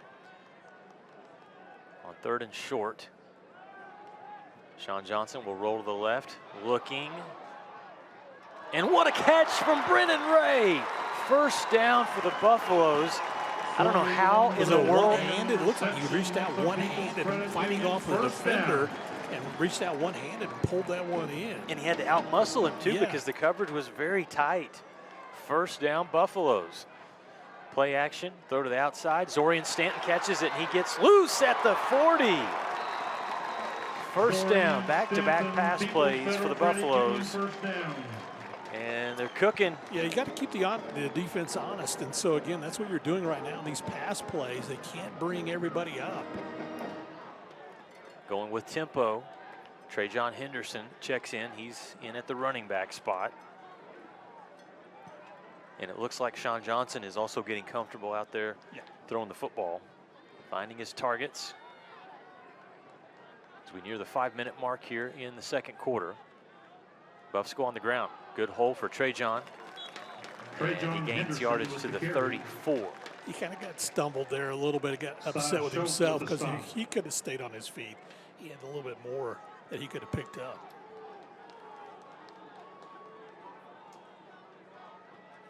Mountaineers show pressure. And now Sean Johnson turns at the sideline. They get the calls in. They got 4 different guys down there calling in signals. Well, they all had the same signal. Now there's some different stuff. I was going to say, it was all the same signal at the moment. It's one's wearing a yellow jersey, one's wearing a red jersey. And I think they changed that from game to game as to who is the one really. Who do you look to? Throw to the outside, and it's complete. Oh, and making the defender miss at the 25-yard line. That's a completion to number 83, Trace Clarkson. Nice job by Trace that time again. Walking the tightrope, had a defender coming at his feet, stopped, let him go sliding by, then he continued up the field, pick up the first down and beyond. Nice run. It's a yak after the catch, yards after the catch. We're seeing that from the receivers on this drive. Sean Johnson, play action, rolls to the right, will throw, completes to Brennan Ray for a short gain. It was a good defensive play that time for Western Colorado. Credit number 96 in on the tackle, as that was Jaden Young. But Brennan Ray early in this game being a weapon here for Sean Johnson. He's that big guy that's always out there. Yeah, he was there. So too was Trace Clarkson again. He could have picked either receiver to go to that time. And so Sean was just kind of letting the play develop. They've overloaded here on the near side, so it'll be interesting. Only one receiver on the far side. Buffs have Jordan Mendoza, 6'4" tight end, as they bring him in motion. And they go on the ground. Trajan Henderson, very short gain. Good penetration defensively by Western Colorado. Coming up to make that stop was number 97, Ricky Fremont. Ryan Downard with the stop. And 92, the other defensive end as well, Ryan Downard in there. You'd like to get Trajan going too. I mean, that is his 6th carry of the ball game. He's got 21 yards. And so you'd like to see him kind of pick up the pace a little bit. And again, helps keep the defense honest. All right, they call 3rd down the money down, Bryce. WT 2 for 6. Western Colorado also 2 for 6. Buffs need to go 3 for 7 now. Sean Johnson rolls to the left, looks downfield, has a man, Tucker Swoboda. Threw it behind him. Yep, not able to reach back and grab that one, so it'll be 4th down, and this will be a field goal try for West Texas A&M. Reached back behind him, wasn't able to pull that one in, and so again, just nice effort trying to get to the outside, trying to buy time. Just couldn't find his intended target. Coming on to kick will be Kaysen Polivoda. Polivoda, as Bryce mentioned, local product from Caprock High School in Amarillo. He's going to try this one from 35 yards. The kick is up, and it's good. Buffs get the field goal, and WT takes the lead over number 15 Western Colorado with 2:50 to play before halftime. It's 10-7. West Texas A&M will take a timeout, come back with a kickoff. You're watching WT Football live on Flow Sports. For 90 years, the Lone Star Conference has been committed to excellence. What began in 1931 as a 5-team conference has grown to 18 institutions spanning 4 states. And while membership has changed, the pursuit of athletic success and academic excellence has never wavered. 119 national championships, over 2,000 All-Americans, and nearly 300 academic All-Americans. Celebrating 90 years of success, this is the Lone Star Conference. Whataburger's Buffalo Ranch Chicken Strip Sandwich is back. Chicken strips. Chicken strips. Chicken strips. Ranch, ranch, ranch. Ranch. Buffalo. Buffalo. Ranch. Monterey Jack cheese. The Whataburger Buffalo Ranch Chicken Strip Sandwich. A beautiful masterpiece. It is good to have football back in Canyon, Texas, partner. It definitely is. And again, just a great job by the Buffaloes. Get the ball up the field. And Kaysen Polivoda connects on a 36-yard field goal. They capped off a 10-play, 55-yard drive. And the Buffs take the lead 10-7. All right, the kickoff, again, deep. Just preventing any return whatsoever from Western Colorado. That kickoff sponsored by so now Northwest Texas the Mountaineers Healthcare offense, System. Bryce, which in the first quarter looked really good. Dominated. It looked really good, running, throwing. Drew Nash kind of doing what he wanted to do, but WT has settled in, and defensively they have kind of had the Mountaineers number the last several drives. This is a big opportunity here, though, for Western Colorado before halftime, down by a field goal. Yeah, Levi Gallis and company, they've done a nice job adjusting the defense. Here again, you see you have 3 defensive linemen go out. Once they see what the set is, then they change, and they got 3 probably a little more quicker linemen that are out there. Running back is Braden Hogan, who has 33 yards rushing tonight.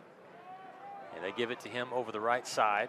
Good hard run. He drags the defender with him. The tackle made by number 18, Ashton Reynolds, who is a great story for the Buffaloes. Came in, several years ago, early in the Hunter Hughes era, as a defensive lineman, and is getting to play now. They've kind of moved him around. He's in an outside linebacker spot now. He's got very athletic, very fast. 2nd down and 6 here for the Mountaineers. Huge hole for Hogan. Goodness, over the left side. Let me just get the Ford truck through there. Well, the thing is, the gaps were wide for the defensive linemen. They had 3 down linemen and a linebacker who were all down. They were all wide, so the A, B, and C gaps were pretty big for them to run through. I said the truck, it could have been a semi-truck. And another good hole that initially was there, and then JT Cavender comes up, wraps up Hogan after a short gain up to the 41-yard line, and the WT takes the timeout. No, this will stop the clock Yeah, in the half, so this will be the 2-minute stop here in the first half. 2-minute timeout, so we'll take a timeout as well. 10-7 Buffaloes on top of the Mountaineers, and we're back with more football after these messages. I'm celebrating my 40th year in business this year. That's longer than any other GM dealer in the Texas Panhandle. At Greg Lair Buick GMC, my selling points remain the same. Our non-commissioned sales staff and my free lifetime powertrain warranty give you complete peace of mind. If that's not enough, now I'll give you $2,000 best price guarantee, and I'll still give you a free lifetime warranty. Why go anywhere else? I'm Greg Lair, and I personally guarantee you this will be the best buying experience you've ever had. Need more business? Choice Media is your local outdoor advertising solution, helping businesses grow since 1992. After 31 years of business, Choice Media has both static and digital billboards throughout Texas, New Mexico, and Oklahoma. Billboards are the best choice when trying to grow clientele or promoting brand awareness. Contact Choice Media, your local advertising company, at 806-352-6585 to speak with a billboard expert today. That's 806-352-6585.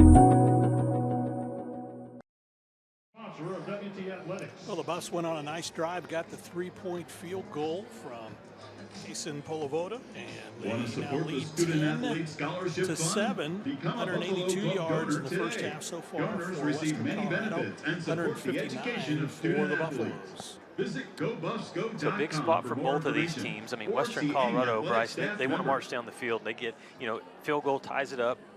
Touchdown, obviously, they take the lead. Sure. And they want that momentum. If you're the Buffs defense right now, get a stop. I mean, just get a stop in any way you can. And it has been after WT settled in, and as you said, maybe some nerves, maybe some excitement of playing the first home game. Yeah. I mean, you're excited. You got to sleep in your bed, and everybody telling you, patting you on the back, family coming in. And Sean Johnson talked about his parents coming for the first time. They've seen him since high school. Yeah. And so they're here tonight. And so, yeah, you've got a lot of excitement and a great crowd on hand. And so now you're kind of settled in.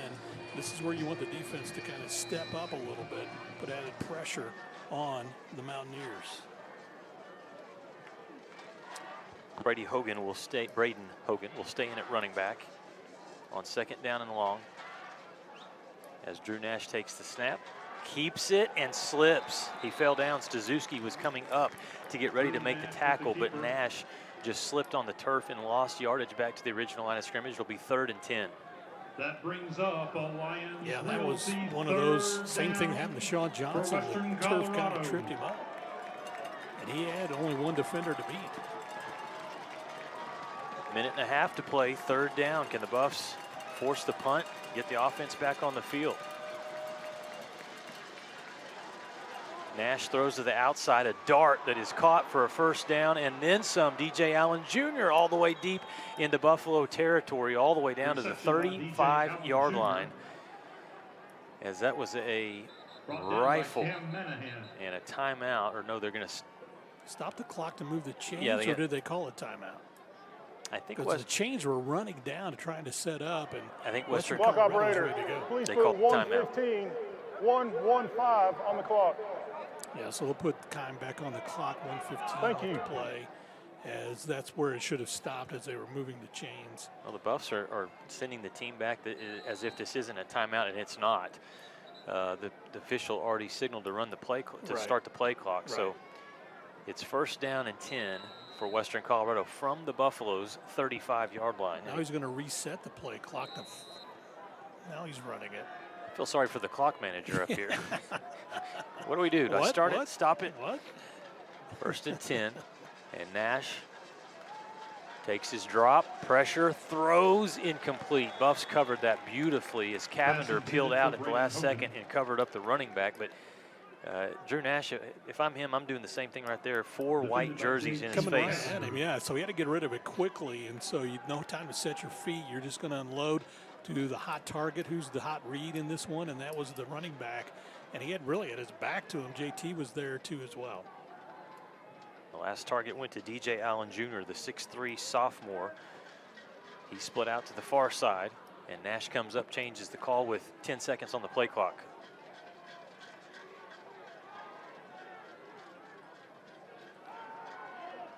Pass play. Again, they're trying to go to Allen. Great job. Cam Manahan, the corner, in coverage there at the last second. Bryce plays it perfectly, stripped the ball loose. He does. He reaches his hand into the last second to knock it away. And so that'll bring up 3rd down. Buffs playing one high safety. And so everybody else is kind of sliding up a little bit. Defense trying to get the crowd into this one on this 3rd down and long. And they are getting into it. Before the season started, head coach Josh Lynn told me, number 17, watch out for this young man. He said he's got potential to maybe even play at the next level. He's that good. 3rd down and long. Nash in the gun.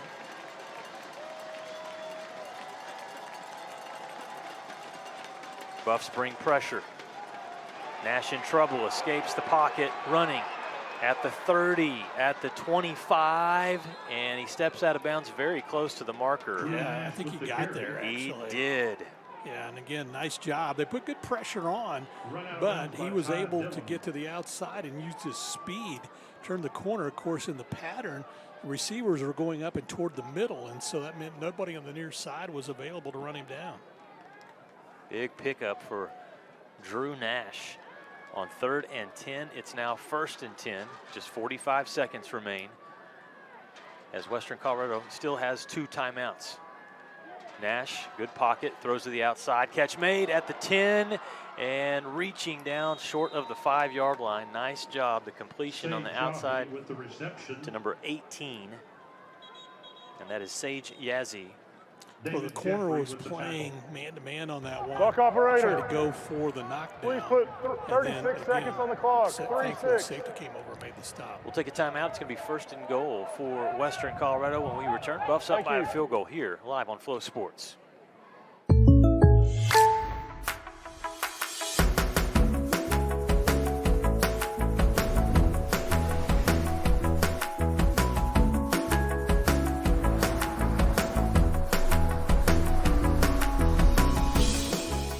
The State Farm Personal Price Plan helps you create an affordable price just for you.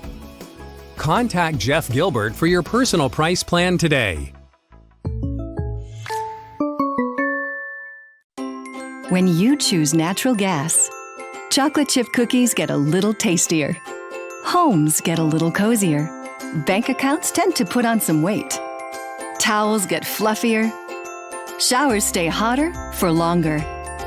And our blue planet gets a little greener.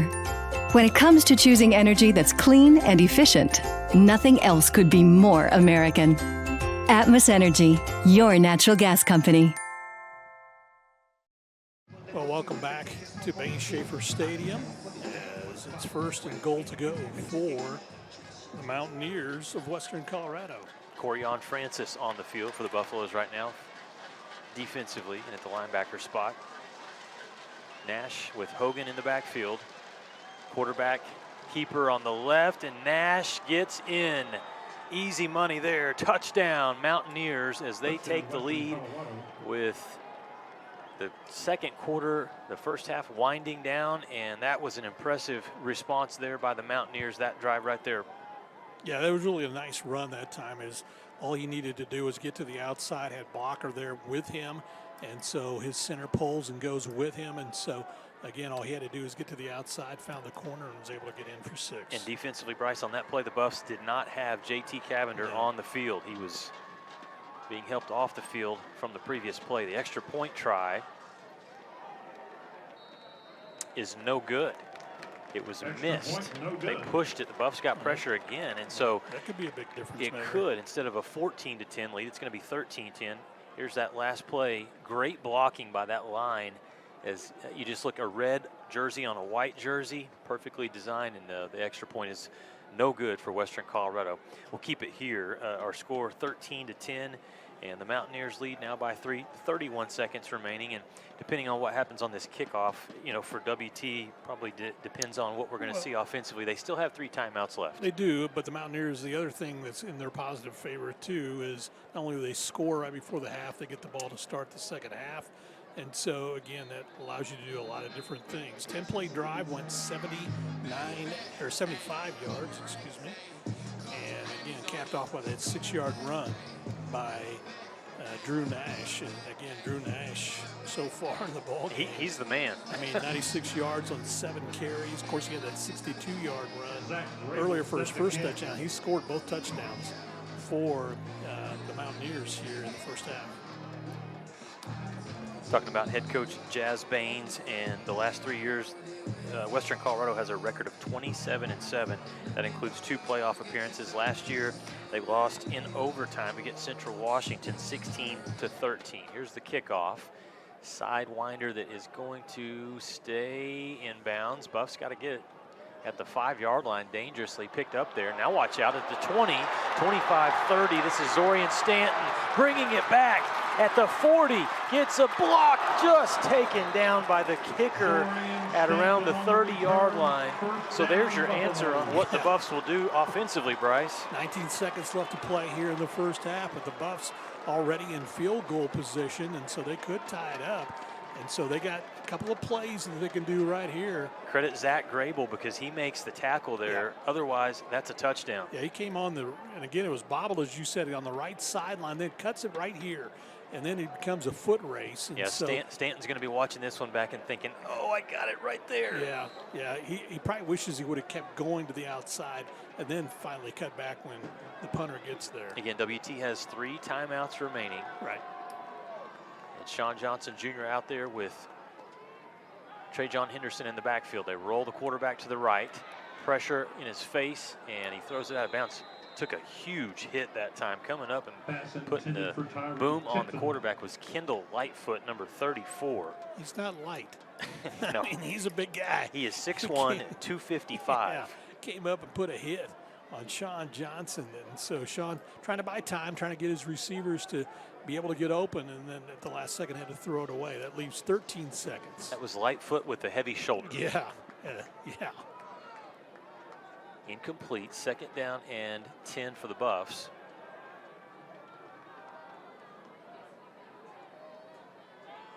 Sean Johnson throws it to the outside. Catch made by Simmons. Needs to get out of bounds, and he does.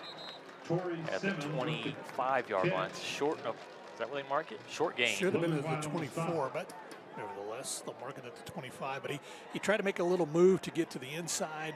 The defender didn't bite, so he just rolled to the outside to stop the clock with 8 seconds left to play. WT's going to take a timeout. All right, we'll take a timeout as well. 13-10, Mountaineers lead Buffs with a chance to score some points West here Texas before halftime. A&M. We're back after this They're first on of the Flow half. Sports.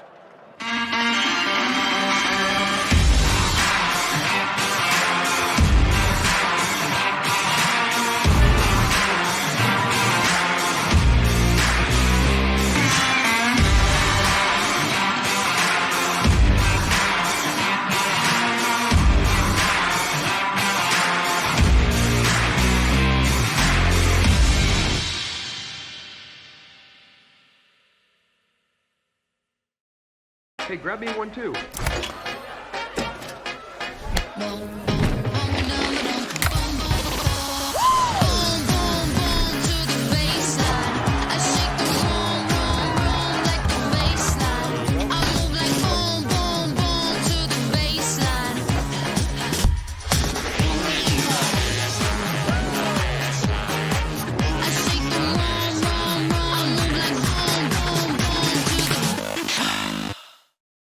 Bain Schaefer, Buffalo Stadium. Buffs 3rd and 5, just 8 seconds remain. They do have 2 timeouts at the Western Colorado 25-yard line. Sean Johnson, good protection, looking, throws incomplete. Had a receiver open. I don't know if he saw Torrey Simmons across the middle. Now there's some pushing and shoving at the end. The Buffs need to get out of this Time out on the mess. field.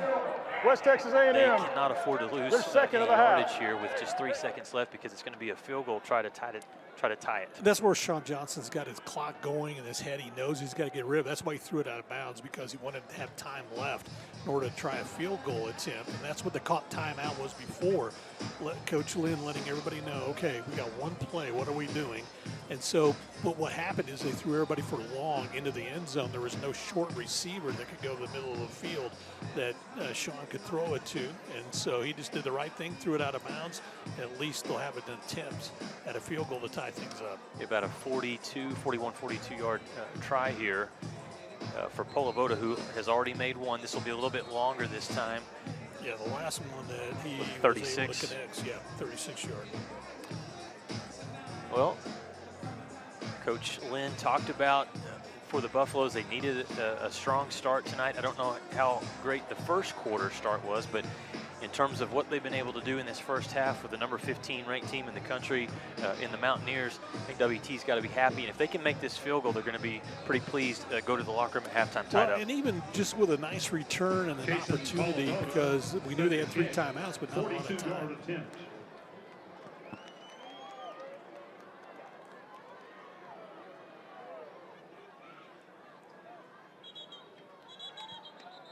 Timeout taken by Western Colorado. Jazz Baines called a timeout, and the kick was good, I think. No, it was good. It was really good. Polavoda knew it all the way. Once that was gone, it was good. If you're a kicker, Bryce, what do you think? I mean, try to go in the mind. Prior to the kick. Inside the mind of a kicker, Time out which is on a the dangerous field. thing, maybe. But Western Colorado. Casey, he seems like a They're calm second guy. of the half. Okay. So he, I don't think he gets too rattled. So do they like having that extra, attempt at it? I mean, like, hey, I'm going to kick it. You're going to call the timeout, and I'm going to try to do the same thing? Yeah, I think that's a possibility. I'm trying to remember what game I saw that was the other day.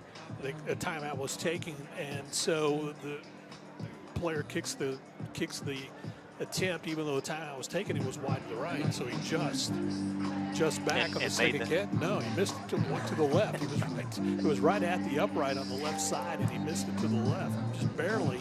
But he adjusted it. You could tell he made the big adjustment, knew what he needed to do. Polevoda, all he has to do is just kick it the same way. Because Western Colorado has no more timeouts. Let's get the same result here that we just saw. What do you say, Polevoda?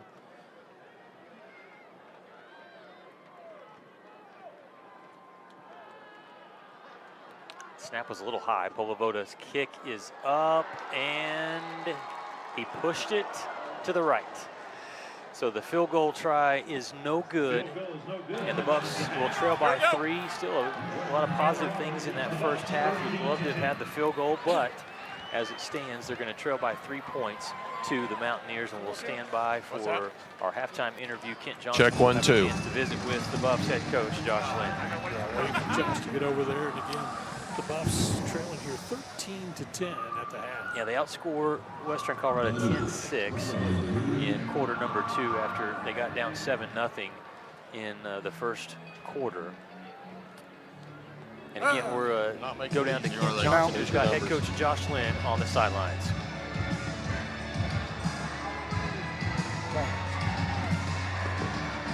Q.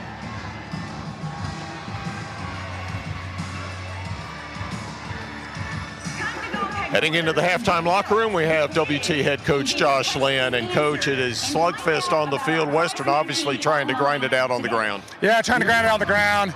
We got to do a better job, and we got to do a better job of getting off the field on third down. Another thing too is, offensively, we got about 3 series in there where we didn't get much done, and we got to get that done. We at least got to get first downs. You had the drive late in the second quarter, and then a big kickoff return that thought was going to spurn another score, but it didn't come about. No, we did a good job with the kicker. Didn't make the kick. We had our chance there. We didn't get it done though.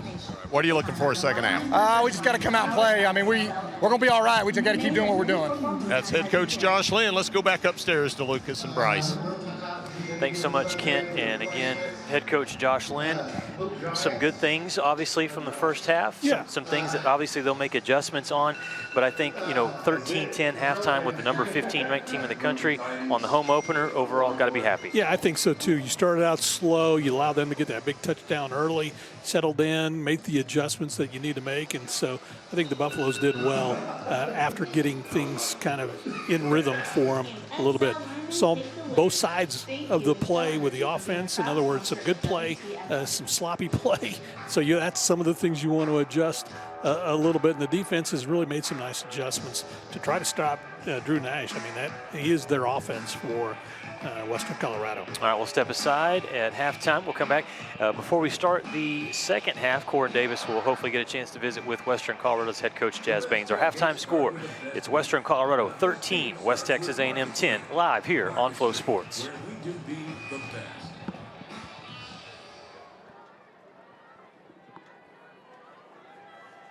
Tonight, we continue our journey through over a century of musical excellence as we proudly present the Sound of West Texas 107-year anniversary, Part 2.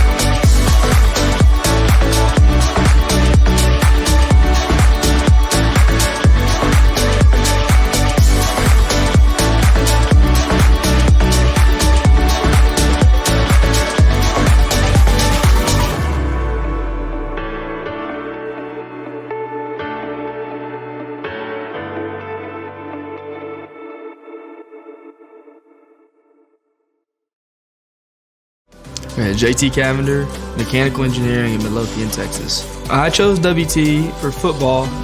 Secondary choice, definitely engineering. That's definitely what I looked at next, and WT is a great engineering school. So some of the strengths of the engineering programs are being able to engage with the professors and be able to build a relationship with them. And then you have a great community behind you. And that's probably one of the strongest parts of Canyon and WT. And so it pushes me to be great. I have always had a passion for sports. My purpose changed from being an athlete on the field to supporting other athletes during their athletic career. The athletic training program has given me opportunities to directly impact players on and off the court. Through my clinical hours, I have gained the knowledge and create rehab programs to help athletes play the sport they love. My efforts contribute towards getting players back in the game, and it is my mission to lead athletes to healthy lives.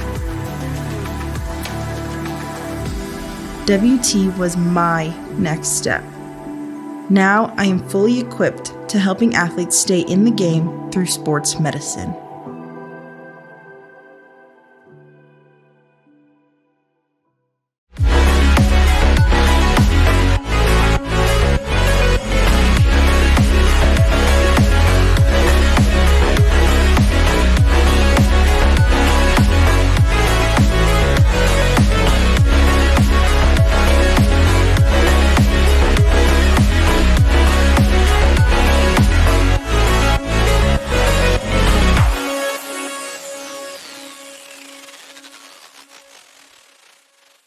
My name is Jason Harris. I'm from Austin, Texas, and I'm a senior majoring in computer information systems with a minor in marketing. I know I always had to pursue a career in computers because that's where the world's going. I'm good at it, why not? But I also have a passion for creating content with my camera. I love photography, videography, and eventually I want to start my own marketing firm. I also want to keep growing, gaining more knowledge, so that way I can actually pursue the career that I want. As far as my favorite professors here, I learned more about business, management, and all aspects of that from him than I've learned from anybody else. Best class I've ever taken in my life. He just gives me a perspective on the world that I never had before. And it made me realize that there's a lot more out there that I can do, and more out there that I still need to do and experience to become the person I want to be. WT special, because I came as an engineer. I discovered my love for photography, and I was able to branch out into my love for business. And it all let me do that without any pressure or any criticism. And without that, I wouldn't be who I am right now. I'm learning the skills I need to be successful right here, right now. I'm ready to conquer anything that comes my way, from job interviews to working with a team and selling my art. I'm ready to take charge.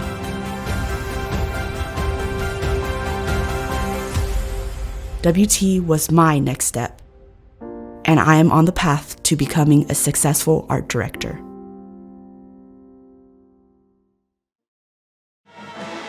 Here's the highlights from the first half. This is the 62, or one run, I should say, first for Western Colorado. And then they got a big run from their quarterback. Sean Johnson, though, takes it in here for the Buffaloes. They scored their first touchdown that way. And then a punt return for Western Colorado. And again, in this contest, it has been Drew Nash with a 62-yard return, Sean Johnson a 1-yard run. That's the 2 touchdowns. And here's the big kick return. Kent, this made a big difference for the Buffaloes, where they had an opportunity to put 3 points on the board, and unfortunately just couldn't get. You never know when a coach calls a timeout, it's going to ice the kicker or not. And Polivola did a nice job when he kicked it. That time it got him as he tried to adjust a little bit, didn't need to. And again, that's where we stand, is 13 to 10 here. I'm trying to think of the score. And again, the way those scoring came, Drew Nash, a 62-yard run. That was on a 2-play drive for Western Colorado. Sean Johnson answered at the start of the second quarter, 14:51 left to play. He goes in from a yard out after a nice 7-play drive for the Buffs. And then Kason Polovoto gets the Buffs in front on a 36-yard field goal, then missed that one right before the end of the half. And again, 6-yard run for Drew Nash. And that's the key in that first half. You got to stop Drew Nash. You got to stop Drew Nash. He ran the ball last week. He ran the ball this week. Jazz Baines likes to run the football, plain and simple. Right. Josh Lynn said defense has to get off the field. The Mountaineers 4 of 8 on third down to conversions. The Buffs just 2 of 8. That's a big difference there. Little things make huge differences. The punt return by Stanton. Julian Ledoux was the lead blocker, and he missed the block. He gets that block. For all we know, we got a kickoff return for a touchdown, but that's ifs, ands, and buts. 154 yards on the ground for Western Colorado, only 47 for the Buffs. So where Colorado can get their running game going, the Buffaloes are struggling in order to get it going. But the passing game, 14-20, as you mentioned, for Sean Johnson. And so he has 117 yards through the air, and he's spread it around well. And the Buffs passing game, 14-20, they're relatively short passes. Yeah. They're distributing the ball short. They're basically getting the ball to the wings outside. Yeah. They're running plays originating with the pass. They're high percentage. Sean does a great job of it.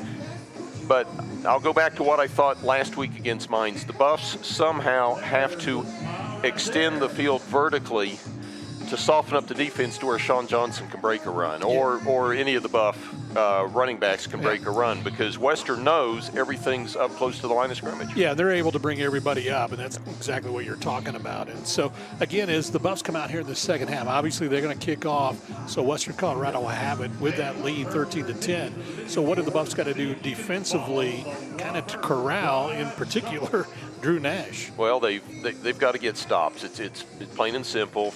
You know, football, you tackle, you wrap up, you tackle on defense, and on offense, you move the ball towards the end zone. And the Buffs have been tackling securely. They just haven't been getting the stop at the line, and that's what they need. On the 2 big runs that Western Colorado had, Drew Nash, that 62-yard run, wrapping up was the big key, and they didn't do it that time. Yeah. And so on both of the big runs that Western Colorado had, you got to wrap up, grab the legs, take it down from there. And so, again, really it's what we expected a little bit, playing the Mountaineers, and from the standpoint, the last time they were here, it was a tight game too at the beginning, and so we need to be able to make a stop here to start this second half, and then hopefully get the offense out. Offense needs to extend drives. Yeah, that's really need to extend drives, eat some clock, but get some vertical plays. Doesn't mean you got to chunk bombs. Right, it just means go over the middle, out routes to the sideline, something other than just the short stuff, because they've got to soften up the defense. Yeah, no, absolutely, they have to. Here comes the Buffalo as we get set for our second half, and that's again, an impressive sight, isn't it? That is so cool. I think last year the Buffalo was a little smaller. I think he's grew over last year. Yeah. Hey, wait till homecoming. We'll have a surprise for you. Okay. So there you go. You already got a tip of what's going to happen. We'll go ahead and take a timeout. We'll do so and continue our halftime show. Buffs trailing 13-10 to Western Colorado here at Bain Schaefer. We'll be back after this on Flow Sports.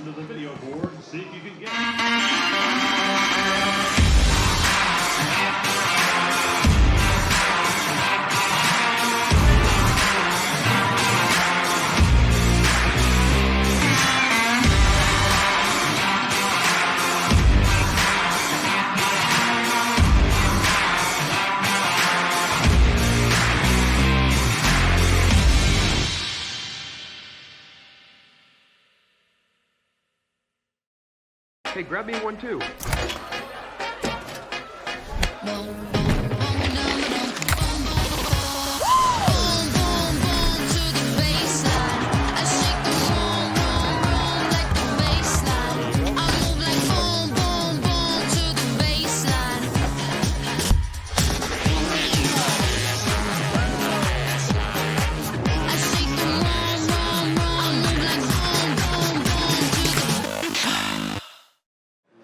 Welcome back to Bain Schaefer Stadium, where the Buffaloes trail here at the half, 13-10. And again, with 12:18 left to play in the first quarter, is when Drew Nash was able to go 62 yards on it was a two-play drive that covered 65. He covered 62 as he was able to get beyond the secondary, and it was a foot race to the end zone.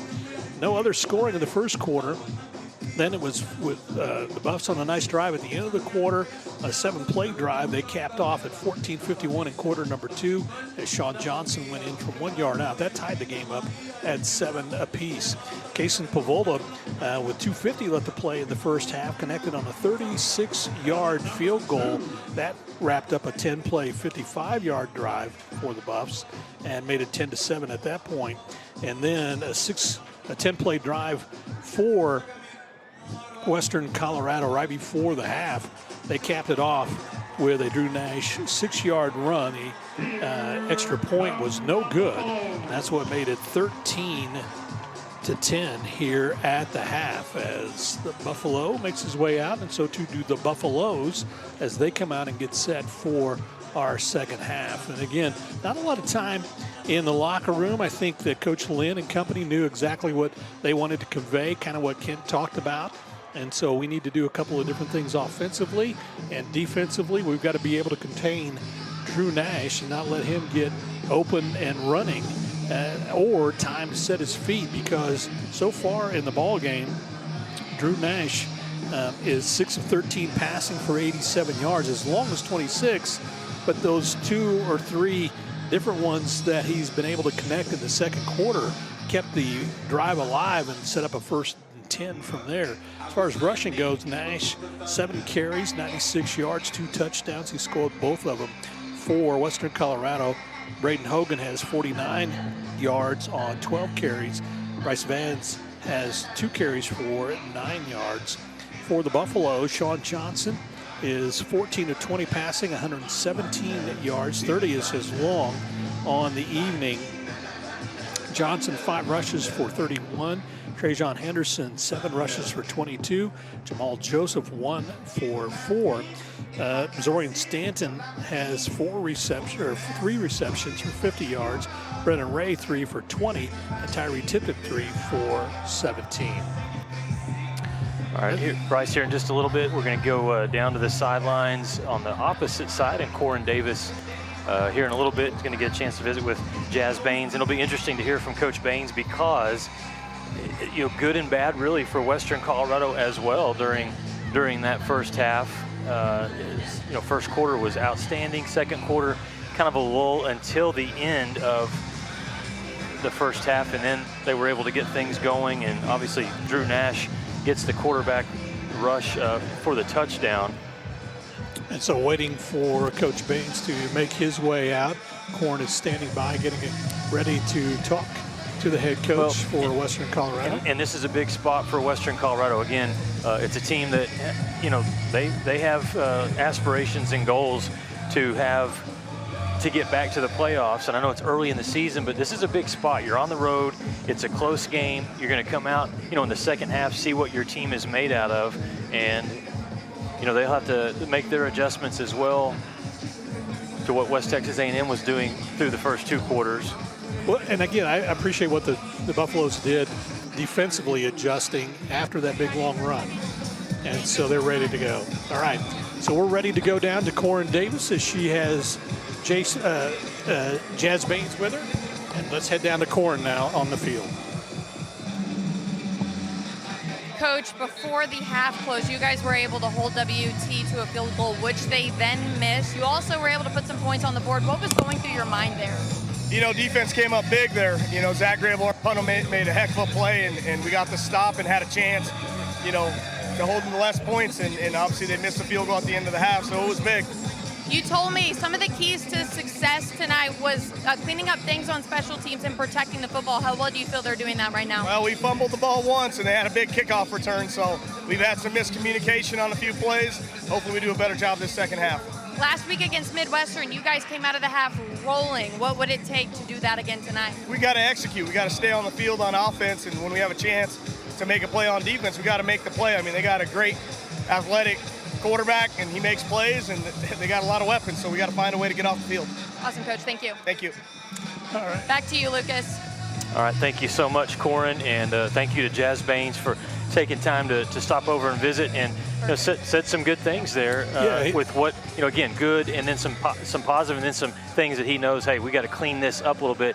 And we said special teams was one of those things that they had to watch out for. It almost cost them a touchdown with the kicker making the touchdown-saving tackle. Yeah, Stan did a nice job on that return, and again, fumbled it when he first got it, picked it up, and then found a running lane, able to get to the outside and continued on toward the end zone. And credit their punter for making that stop. And again, that prevented the Buffs from getting those 3 points at the end of the first half. And so both teams really, we'll see what kind of adjustments they're going to make here at the half. But if you were Western Colorado offensively, you want to keep doing what you've been doing. Yeah. That's worked very successful for the Buffaloes.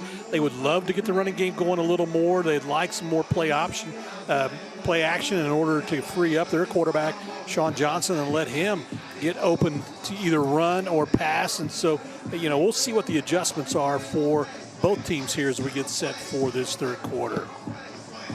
Both teams are out, getting set. It will be Western Colorado who will receive as we get set to start the second half. And the Buffaloes will be on defense here at Bain Schaefer Stadium.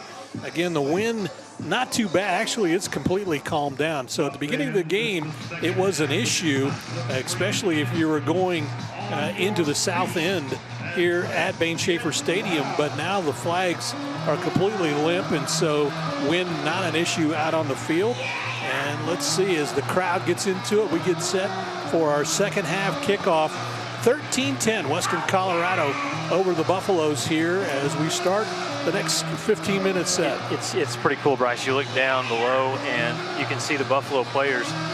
They're up on their feet right now. I mean, we haven't started the second half yet, but they're responding well to this crowd. Trying to inject that extra, little extra 12th man, so to speak. Absolutely. Hey, the 12th man worked pretty good for Texas A&M today. Had a big win over Florida. Yeah. So in the SEC in the rain.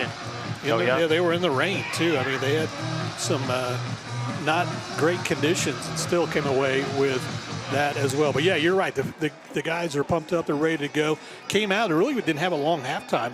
They came out fairly early. And so I think the coaches said exactly what they wanted to do, what they wanted to tighten up, what they wanted to tune up. And so we're ready to go here to get this second half underway. All right, Western Colorado will send deep to receive the kickoff.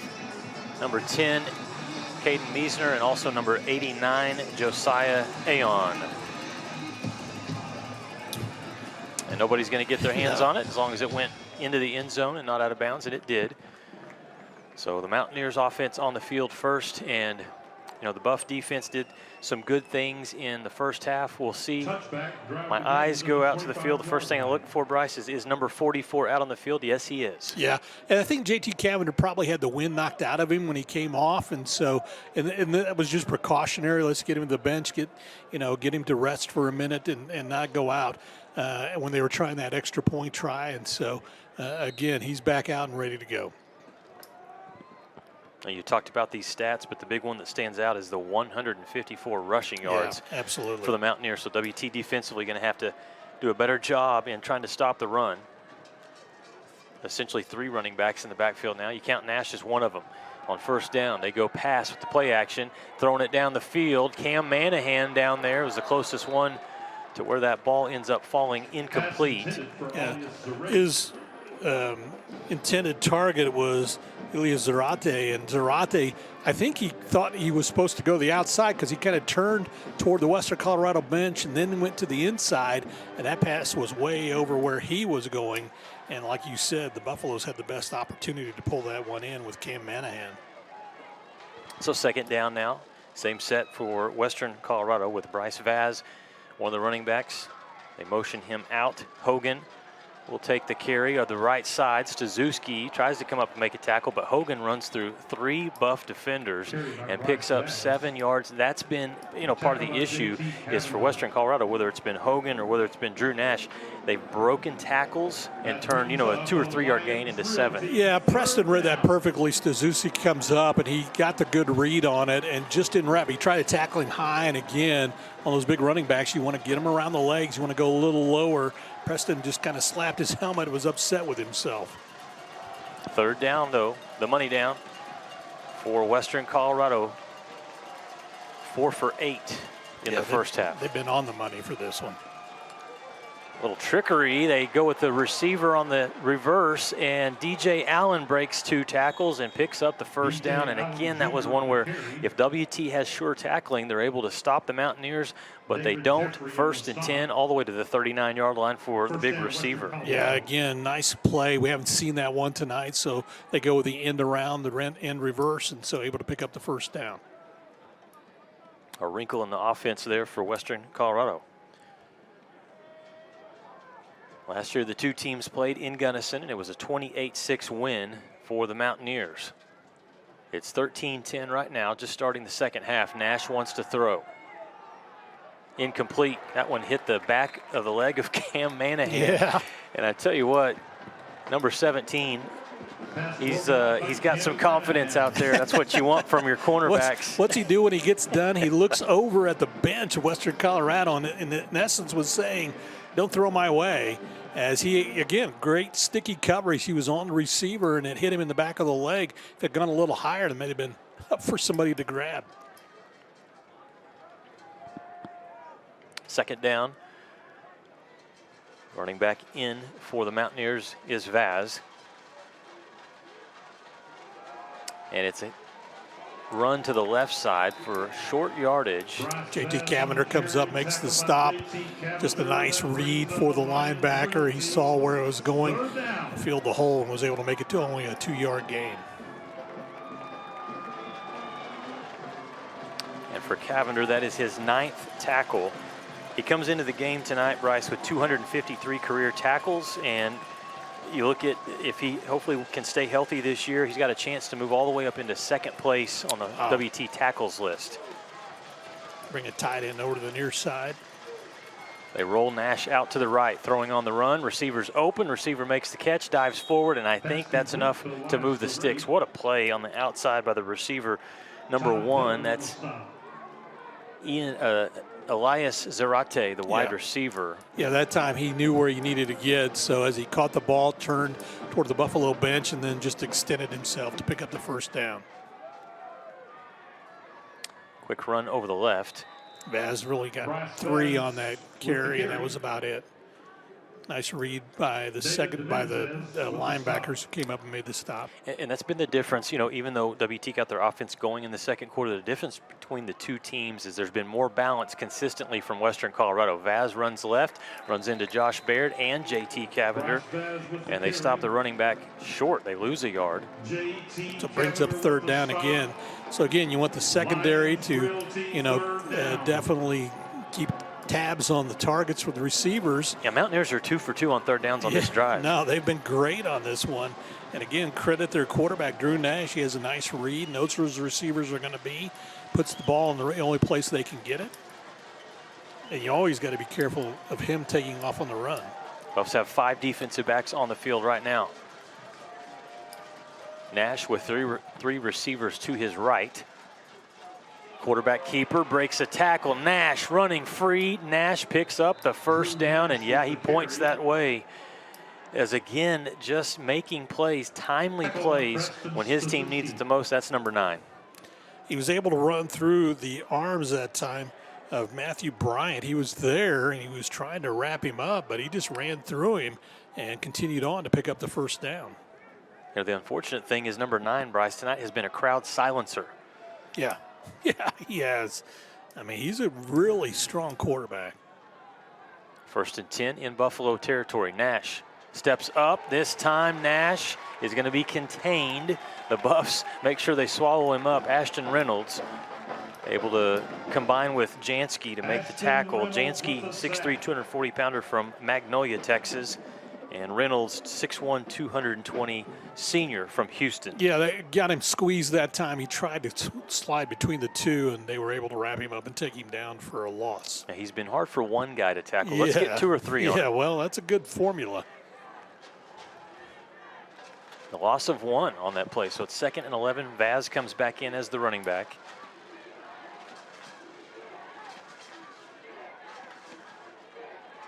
They'll throw here. Nash sets his feet, delivers, incomplete. That one was a little off. Thrown back to the inside from where the receiver wanted it. And the coverage that time for the Buffaloes by Dyquest Shaw. Injured Western Colorado Mountaineer down on the field, so they'll come out and look at one of the linemen. So Nash, 103 yards on 9 carries so far tonight. And again, he's done a nice job of moving the offense for Western Colorado. They are 3 for 3 on 3rd downs. They're going to have another 3rd down when we come back. A quick timeout here. It's 13-10. Western Colorado leads the Buffaloes. 10:07 to play in the 3rd quarter. Since 1933, the Panhandle Plains Historical Museum has housed the vast history of Panhandle Plains, given back to the community, and provided educational resources to those who live here. Located on the campus of West Texas A&M University, PPHM is free to all students, faculty, and staff at WT. We offer volunteer opportunities, internships, and hands-on research experience. From prehistoric times to pioneer travels, there's something for everyone at the largest history museum in Texas. Stop by and see us sometime. Oh, and don't forget, go Buffs! Welcome back to Bain Schaefer Buffalo Stadium, the injured player there. Good to see he walks off, and looks like he's going to be okay. Kason James, the right tackle, but he'll have to come off for this 3rd down play. He wants to come in. He's trying to plead his case, and he goes, hey, you got at least one play. You got to stay out. So 3rd and long. And Chance Whining moves over to the right tackle spot, and they will work 3rd and 10. This has been right where the Mountaineers have wanted the Buffaloes. They've converted on all their 3rd downs on this drive. Can they do it again? Hogan, the running back. It's a pass play as the Buffs flush the quarterback out of the pocket. Incomplete, forced him to throw it out of bounds. And nice pressure in the face. Credit Hayden Jansky. There were several Buffs that were back there, but what they did, Bryce, is they were able to flush Nash out, but not allow him to turn the corner. Right, that's the thing. They got a great angle, so he could only angle back toward the Buff sideline. He couldn't go forward, and so threw it away. He actually tried to complete it, but he threw it away. Threw it out of bounds where no one could catch it. Western Colorado in punt formation. Zach Grable set the punt. So they'll punt it away with Tucker Swoboda standing on his own 10-yard line. Trying to keep it from going into the end zone, and they definitely do that. Swoboda comes up and fair catches it at the 14-yard line. So a really good start to the 2nd half from the West Texas A&M defense. Now the question is offensively. Yeah, it's the first series for the Buffs here in the 2nd half, so what did they do to adjust a little bit? Credit the defense. They were able to stop Western Colorado on their first series here in the 2nd half. And so let's see what Sean Johnson and company will do as they come out to start the 2nd half of play. Running back will be Jamal Joseph on this first play from scrimmage in the 3rd quarter here for the Buffs. Sean Johnson,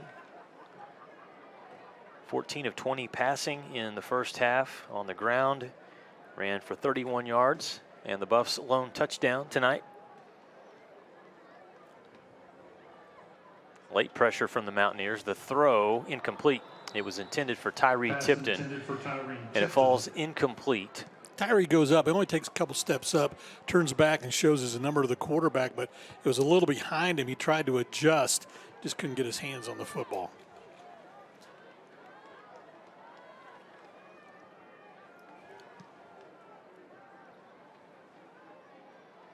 Buffs keep the same personnel on the field. Swoboda is the receiver on the far side. They stack Tyree Tipton and Stanton over on the left. Quick throw. Swoboda catches it, and he's swallowed up in a hurry. A short gain. And man on the outside, credit number 6, Jack Jones, senior from Olympia, Washington. This is his 25th career game at Western Colorado. Well, and Western Colorado defensive backs got great closing speed. So they'll kind of they'll back off the pressure, but they know they're fast enough to close on the receiver if they're able to catch the ball. 3rd down and 6 for the Buffaloes. So like you see a two move for a receiver kind of, Mountaineers bring pressure. They bring the house. Sean Johnson throws down the sideline. Swoboda being grabbed all the way down the sideline, and no flag is thrown. And Swoboda's frustrated, felt like he had a chance, got his hands on that ball, but it's incomplete. 4th down, punt time for the Buffs. And the line judge over on the far sideline, or the back judge actually, he's going to say they were both wrestling. They were both had hand-to-hand combat going on. That's why he didn't throw a flag on that far sideline. And so, again, both of them trying to get it. We watch on the replay here. And the coverage was Kevondrick Carr. Did a good job. Back to the punter. Pressure in the punter's face. It was partially blocked, and so it's going to be a short punt that's going to hit on the Buffalo side of the field, out of bounds and around the 44-yard line. So WT did not block that punt well. Western Colorado got pressure through, and now the Mountaineers will have it actually at the WT 43-yard line. Yeah, great pressure. Again, they brought everybody that time, and so, again, they didn't really care if anybody returned it, as we have a timeout here at Bain Schaefer Stadium. Hey, Buff Nation, we'd like to recognize our big and bright, deep in the heart of Texas, the prairie wide. Bud Light, proudly brewed In the heart of Texas. In life, things aren't scripted. If you're an athlete, we need people like you and translate those skills to officiating. You can get a lot out of it. It happens in every town, in every game. We never have a perfect game, but the rewards always outweigh the negativities.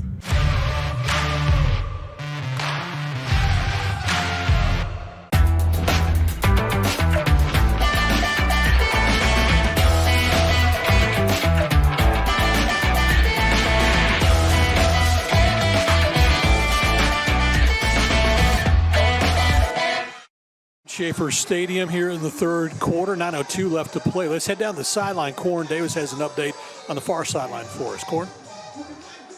Yeah, guys, a couple plays ago, number 76, Kaysen James went down with an injury.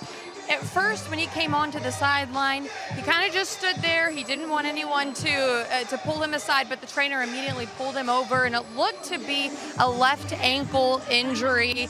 She's been stretching the ankle out. Looks like they might be wrapping it back up. He's pretty devastated right now. All of his teammates have been huddled around him, and so is the trainer, giving him a pep talk. So hopefully they can get him healed and back in the game soon, guys. Thanks so much, Corin. All right, it is 1st and 10 for Western Colorado. Great field position. Quarterback keeper for Nash. And penalty markers fly as he is thrown for a loss. Josh Baird along with JT Cavender combined to make the stop. And Bryce, what'd you see there in the middle of the field? It was a great read that time, and I think it's going to be a holding penalty. Let's see if the Buffs take it.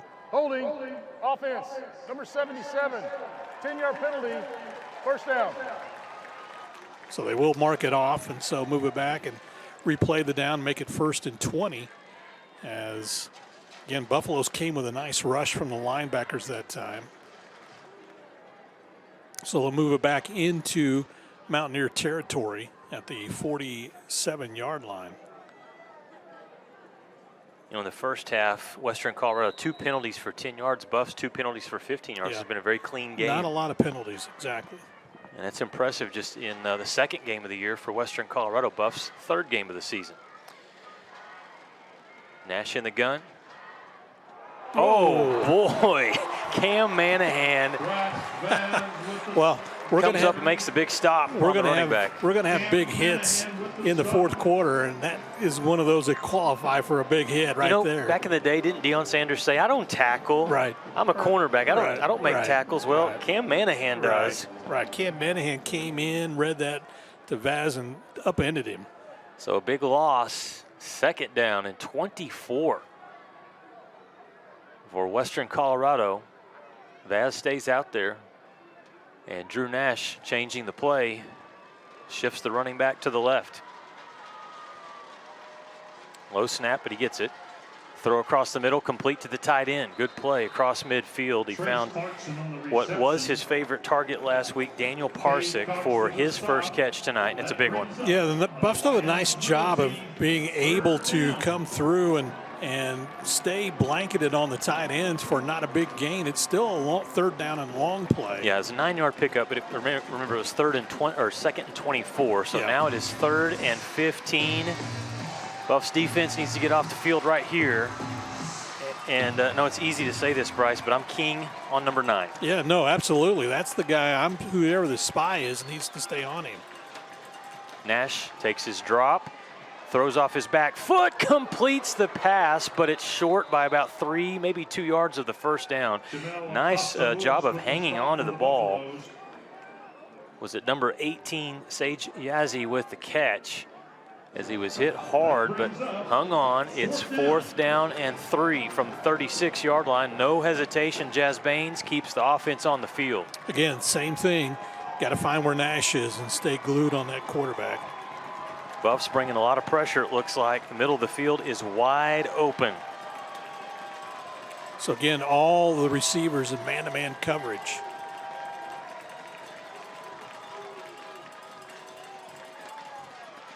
Nash throws, and it's incomplete. Stazuski made a break on the ball, knocked it loose, and turnover on downs. WT gets the ball back. Well, going over to the officials, Cole Ritters says, I think the contact was before the ball got there. The official was looking at it all the way and said, nope, that was a good defensive play. And so credits Stazuski, who comes up, the veteran, able to make that. As we watch on the replay right there, Preston does a nice job. And again, you look at the time on the play. I mean, he got there at the same time the ball did. Nice defensive stop. You have number 7 making plays, and the crowd says, Stu. Yeah. It's not quite Stu season yet, though, Bryce, right? I mean the Maroon Platoon on their feet. They've been on their feet for most of the game, across the way. Great play by the safety. Buffs go on the ground with Trajon Henderson. Thought he got at least a yard, maybe half a yard is where they mark him down. Good penetration defensively. Again, that defensive line has been solid tonight, especially against the run. Jaden Young, a sophomore, 265-pound sophomore from Colorado Springs, in on the tackle. And Mickey Smith, the nose tackle, I mean, he just gobbles up a couple of blockers, and so that allows the two ends to maneuver and put pressure on whoever's coming toward the line. Yeah, WT tonight, Bryce, has 47 rushing yards. That's it. They had that in the first half. Sean Johnson going to try to find a seam. Breaks it outside at the 35, 40. Fats with some wheels. It just takes a little bit of a crease. That's it. Once he can get that second gear going, just like he did there, able to get to the outside and pick up the first down, keeps the drive alive for the Buffaloes. You know, my son Bryce is in 8th grade. His favorite team is the Baltimore Ravens. His favorite player is Lamar Jackson. And number 1 at times looks a little bit like that quarterback. That's what a nice catch. It was a great snag from Tucker Swoboda. So he had to reach back for the football, but reached back with both hands, grabbed it, and pulled it in. And so it would be a pickup. It won't be a big pickup, but that was a nice catch for the wide receiver. Again, the Buffs hurry up to the line. Now Sean Johnson gives a sign over to the receivers, and they'll stop and make sure they get the right play call in. Buffs trailing by a field goal over halfway through the third quarter. 8 seconds on the play clock. It'll be a pass here, Sean Johnson. Swoboda, there was a lot of contact. He's looking at the official. And the reason why is Josh because Lynn is going to walk there. right down to the line judge and explain, hey, there was contact there before the ball got there. And so he is expressing himself as much as he can. And it wasn't blatant. I mean, it wasn't overly aggressive, but it was the fact that he made contact before the ball got there. Yes. And that's what Josh Lynn is asking. He said his piece. Now walk away. Well, Buffs have a 3rd down and 7. Western Colorado has been converting 3rd downs. The Buffs, can they do it? Show blitz. Sean Johnson, pass thrown, complete. Stanton, hang on to it. as he's sandwiched after getting across the 40 to the 38-yard line. Big pickup for the Buffaloes. Move those chains. Buffs going to try to go fast. Getting the play sent in right now. You could hear the fans yelling, "We like it, we like it." Yeah, absolutely. That was a nice catch.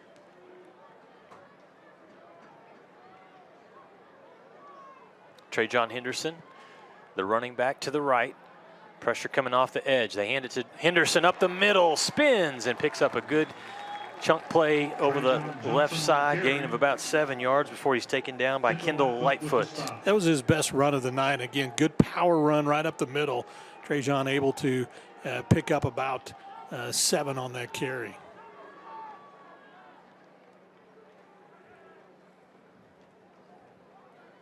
Clock running, 4:20 left to play here in the third quarter. Still 13-10 in favor of the Mountaineers.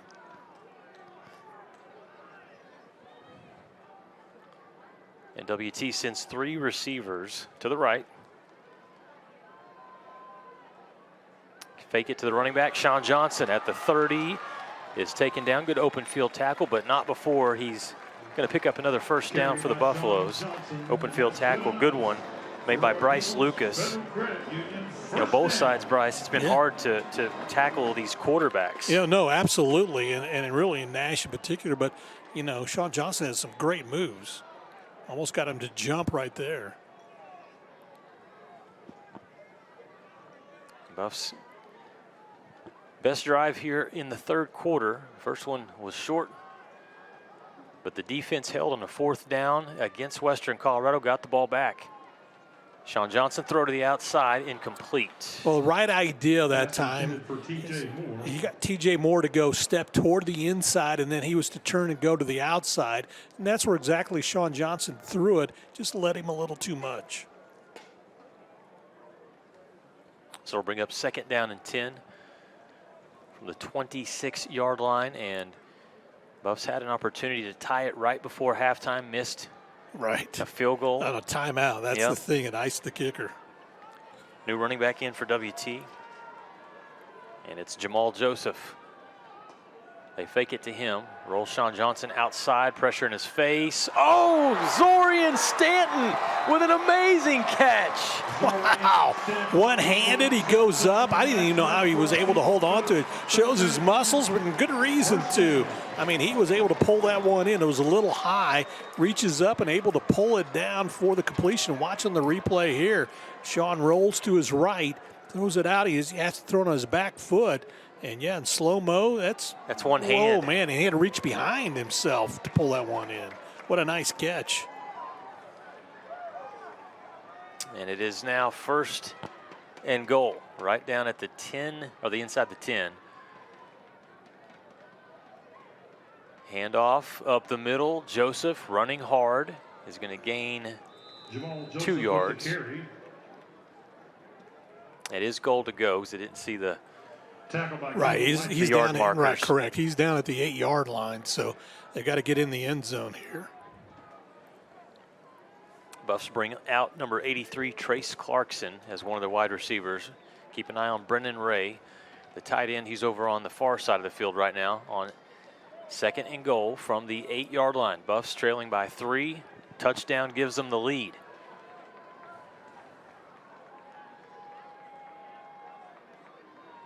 Sean Johnson going to keep it, slips, and then dives forward for a couple, maybe, almost to the 6-yard line. But Western Colorado, they were ready for that play, and again, it was on the short side of the field. Yeah, it was, and again, so they overloaded on the near side, and so he wanted to run to the short side, but they were ready for it. They had linebacker and defensive end playing a little further out, so they kind of forced that or funneled that toward the middle, and that's where Sean got tackled for only a 2-yard gain.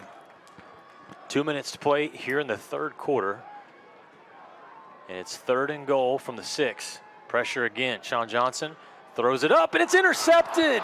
The Mountaineers intercept it. They're bringing it back at the 30, at the 40, midfield, one man to beat. This is going to be a house call for number 54 all the way down the sideline for the touchdown, Cameron Cooper. Well, Sean Johnson tried a touch play, a touch pass there, and again, he needed to put more air under it to get it over that linebacker who was coming up, and so again, just a nice read, and again, credit on the read right here. He needs to put more air, and he actually threw it into double coverage too, and so credit the linebacker. He played underneath, and so he took the pass away and takes it in for a house call. About 95 yards for a touchdown. Oh no. And if you're the Mountaineers, you're saying, oh yes, extra point is good.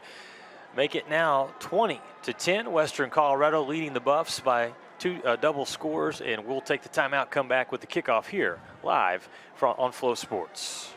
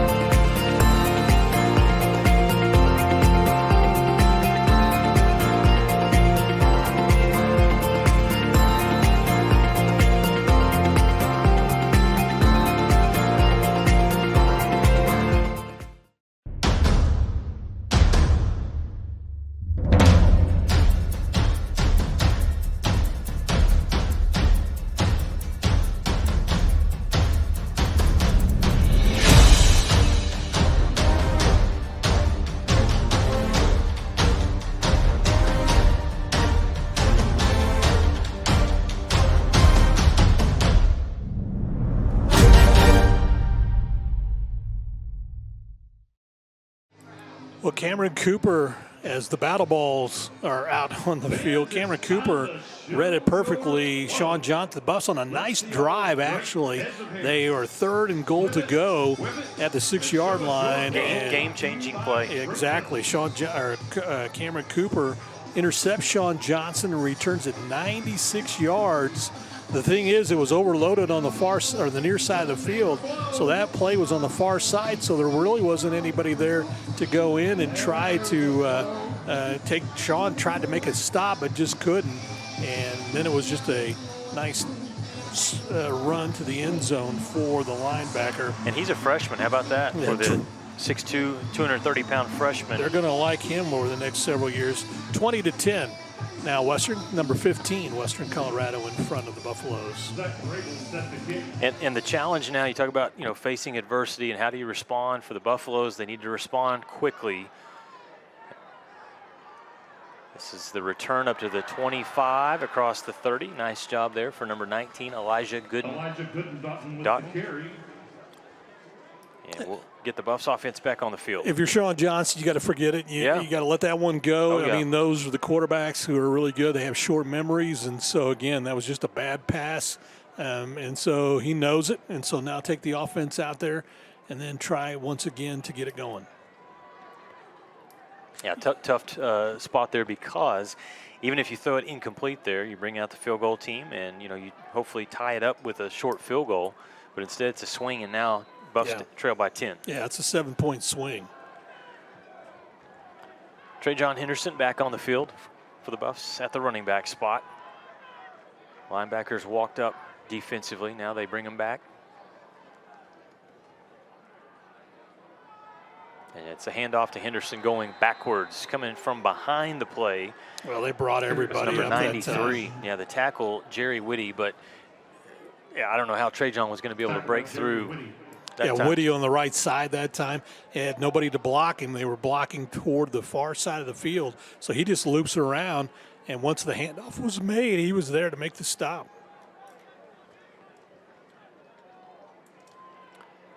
Buffs have number 55, Tayshawn Pennington, in at left tackle right now.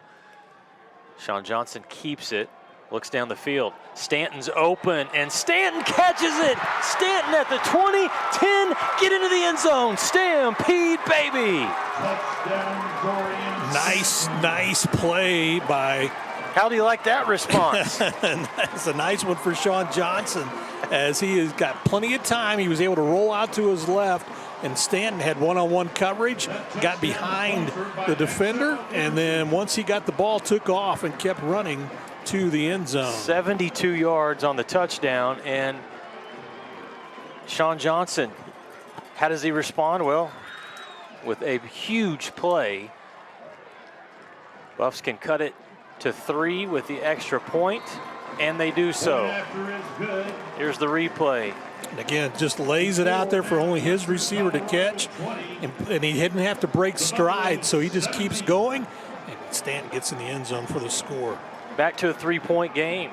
51 seconds left to play in the quarter. We're back after this timeout, live on Flow Sports. Choosing the right countertops for your kitchen can be tricky.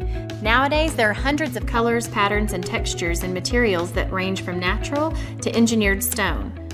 Marble Depot is here for you throughout every step of the process. And yes, we do have a lot of options that might make that decision a little harder, but we're also going to ask the right questions so that you get the most out of your investment. So come by our showroom and let us help create what you've been dreaming of. We know that egg producers don't quit at 5 p.m. We don't quit until the job's done either. Banker's hours don't apply at First United Bank because we believe egg lending isn't a 9-to-5 job. While you're out working the fields or managing the herd, we're making sure your money is working too. Whether it's for livestock, land, or equipment, we're one of the most dominant egg lenders in the state and have been burning the midnight oil since 1907. First United Bank. We know ag lending. We know ag. Bain Schaefer Buffalo Stadium, as the score right now 20-17. Western Colorado leads by 3. The Buffs have just responded. We're going to do it. After a pick 6 for Western Colorado. They led by 10, but not for long. Zorian Stanton hauls in a 72-yard touchdown catch from Sean Johnson, and the Buffs only trail by 3. Preston Grigg knocks that one out of the back of the end zone. And so he was able to knock that one back. So for the Buffaloes, the defense now comes out. They trail by 3 with 51 seconds left to play as the Mountaineers lead this one 20-17. A 2-play drive for WT. It goes 69 yards, even though it was a 72-yard pass, because on Trajan's first run, he was thrown back for a 3-yard loss. And so that made it 2nd down and 13, and Sean Johnson able to connect and get the pass off to Zorian Stanton for the score. All right, here's the quarterback, Nash, with that offense back on the field. Stanton keeps it and picks up 3 or 4 yards over that right side. Again, you've got to have that spy on Nash as he fakes. He has good action as far as faking the handoff, and then he is able to hand it off and get it out to the right side and keep going. And so he was able to pick up 4 yards on that carry. All right, 25 seconds left in the quarter. 2nd down and 6. Hogan set to the left, 2 receivers to the near side of the field, and Nash will hand it off to Hogan. Tries the right side, and the Buffs are able to gang tackle the running back. It's probably the last play of the 3rd quarter, as the Buffs will go into the 4th quarter trailing 20-17. So we want to head down to the sideline, and Ken Johnson is standing by with Sergio, and let's see if we can get Kent ready to go on this one. I'm with you.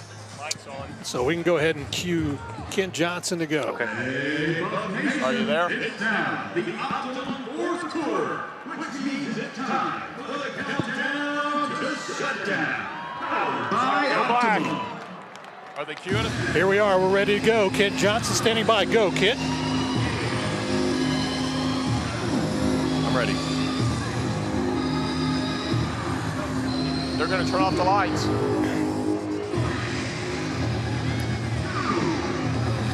Down here with one of my favorite friends and all-time great Buffaloes, place kicker Sergio Castillo. I don't know what it means that they turn the lights out right now. The crowd loves it, but You've had one incredible career, both here at WT as well as professionally. And currently, the Canadian Football League's been very, very good to you. Yes, it has been. It's always good to come back home, right? So the fact that we were able to do a little celebration during the bye week, it's a big blessing. And everything that, when I was out there, memories started coming back. You know, we started chatting earlier how my freshman year we're practicing my English for interviews, right? So it just shows how far I've come. But I appreciate the relationships that I've been able to gain throughout this chance that you guys took on me, right? A kid from La Jolla, Texas, and now I call this place home, right? I have a family here in the off season when I'm not playing in Canada, and just very grateful.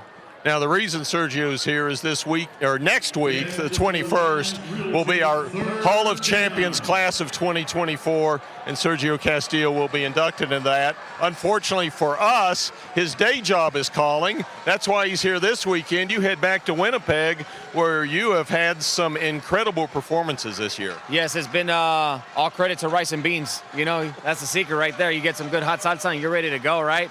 No, but it's been very good. You know, mentioned earlier to you where we broke the record for most 50-yarders in a season, which is at 9. And we hit 2 60-yarders. So big credit, obviously, to my faith, the people around me, you know, my wife, Adriana, and Jared being up there. Those 10, 11 weeks was definitely key, right? You know, for me to have just a piece, you know, of having them, right? So it's been fun. And, you know, we're in first place right now with 5 games left. And it's going to be a tight race, you know, from us in third place, you know. So it's going to be very, very interesting the next 5-6 weeks, how it plans out. Talk about the mental aspect and the persistence it takes to be a kicker and to be successful. Your journey to get where you are now, you've had success just about everywhere you go, but you have to put up with, you did a great job. Best of luck tomorrow. Yes, and it's you are your worst enemy, right? So you are what you eat, you are what you think. If you think you can do it, you're right. If you think you cannot do it, you're also right. So I attack the technical aspect, the physical aspect, but I attack the mental aspect more than anything, right? Because if you're not right up here, this 6-pound muscle up here, it doesn't matter what you do on the field. You have to be right up here first. And it starts by dedicating time to yourself, right? So every morning I wake up, before I turn on the social media, before I go to practice, I make my tea and I walk from 6 to 6:45 in the morning. I just enjoy God's country and I'm just alone with my thoughts, right? So, but I dedicate time to myself. I give time to myself so then I can give to this platform, right? To my family, to my friends, to my community. But it all starts with that, you know, a good, strong mental state. We got to dedicate time to ourselves first. Now, one final question and comment. When you first came to WT, you kept telling us you were from Mission, Texas. I'd prod from you. Where did you play? Well, La Jolla, but it's too small. No one ever heard of it. Tonight, you have your coaches with you from La Jolla who got you started. Yeah, so we have Coach Tamez, who was my soccer coach. He's the one that got me into kicking. And then my special teams coach, Coach Aron Garcia, and my one of my head coaches that I had at La Jolla, Coach Casas, right? So they made the flight yesterday. So it's just, it's pretty cool, you know, to have them here, teammates, right? I had Ramon Lopez Lance here as well. So a couple other people, my mom, obviously, right? So just to have these family and friends here and celebrate this, it's a blessing. Well, that's incredible, Sergio. You're one of our favorites, and you're always welcome to come back. Guys, let's go back upstairs. And it is an interception for the Buffaloes. Coming back at the 40, it's Cam Manahan at midfield. Cam Manahan into the clear at the 30. Cam Manahan at the 25, down to the 20-yard line. Interception for number 17. Thank you for the sideline interview, Sergio Castillo, and thank you, Cam Manahan, with the pick. Gave us great luck. We came back, and basically that was a rollout for Drew Nash. Has receiver, he walked it on replay, rolls out to his right just a little. On Goo the back was in his foot. face. Yep, and he throws that up. Cam Manahan, Johnny on the spot, able to pull that one in and return Buffs in great field position that they have it at the Mountaineer 21-yard line. Number 17 making plays tonight for the Buffaloes, and now WT has the ball, trailing by a field goal, 12:50 to play, fourth quarter, just outside the red zone. They send Brennan Ray in motion, fake the handoff. Sean Johnson keeps it at the 20, runs into a wall of red jerseys, loses the ball at the end. And I'm wondering why the whistle wasn't blown to stop well, his it forward should have stopped. progress. And it almost looked like he was trying to hand it back off to a running back. Now we got a player down, I believe. I hope it's not the quarterback. It's slowly coming up. It is Sean Johnson.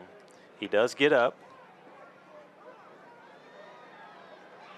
And it looks like he's frustrated. His hands are out. And so that they have first down, but that's going to be now second down and 10. You're right. No gain on the play. Actually, it's going to be a loss. So now they change it. I think Sean was thinking the same thing that I was, Bryce. He was bottled up. It was a good, collision right there, but I felt like the whistle could have been blown before the ball. No, it could have. Yeah, that was. It came loose. Yeah. So it's second down and 10.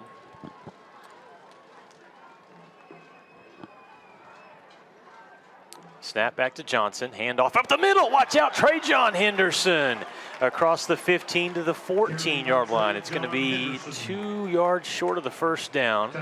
Good run for Henderson, the senior from Fort Worth, Texas. Transfers over from Central Washington. Yeah, defensive back comes up. Bryce Lucas able to make the stop. But again, Trajan just lowers his head and able to pick up 8 yards on that carry. Brings up third down and 3. Yeah, you'd love to see the Buffs pick up the first down here and not have to make a decision on whether you want to kick a field goal or not. Absolutely. Brennan Ray, the tight end, to the right side, and WT knows this is important. They need to take a timeout, so we'll step aside as well. 11:06 to play in the fourth quarter. Mountaineers lead the Buffaloes by a field goal. You're watching West Texas A&M football on Flow Sports.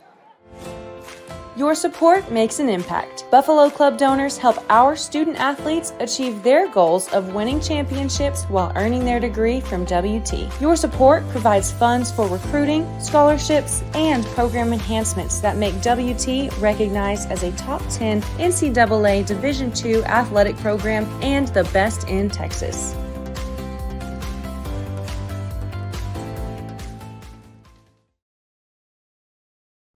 Whataburger now has new premium coffee. That means a brand new taste with new flavors. And it's coming in hot and iced cold.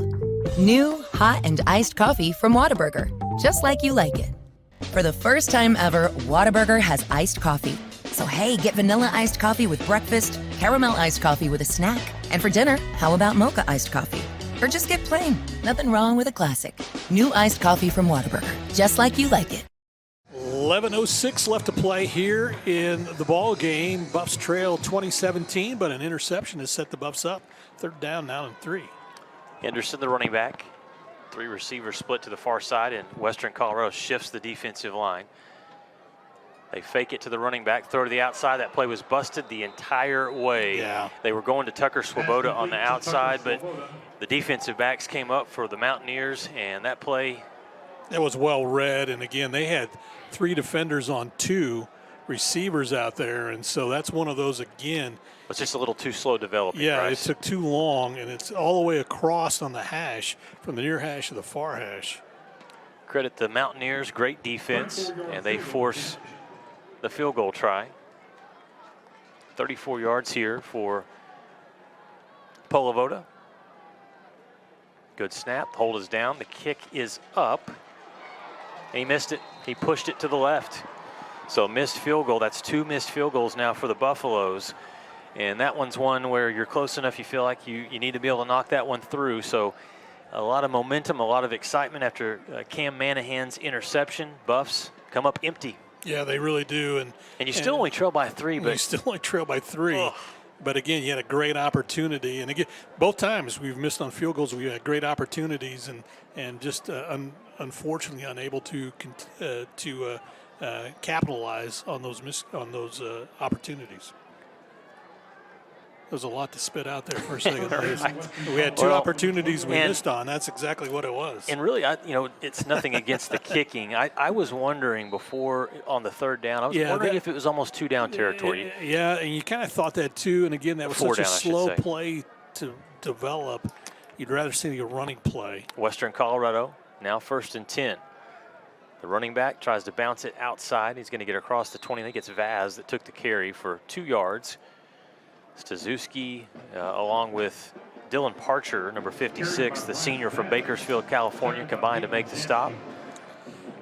You know, credit our safety, Preston Suzuki. He's had really a good game. We've called his name several times, and so he's got a good read. Again, he's a veteran player, been with the Buffaloes his whole career, and so again, just he has a nice feel for the game. Second down and 8, 10:23. A lot of time left in this one. Buffs trailing by 3.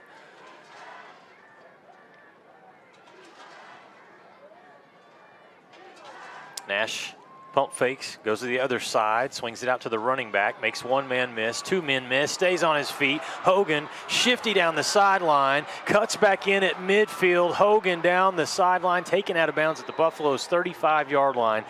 And there's no other way to say it. I mean, that's a great effort from Hogan, but that is poor tackling by the Buffaloes. Absolutely, and again, they overloaded on the near side, so they go to the far sideline.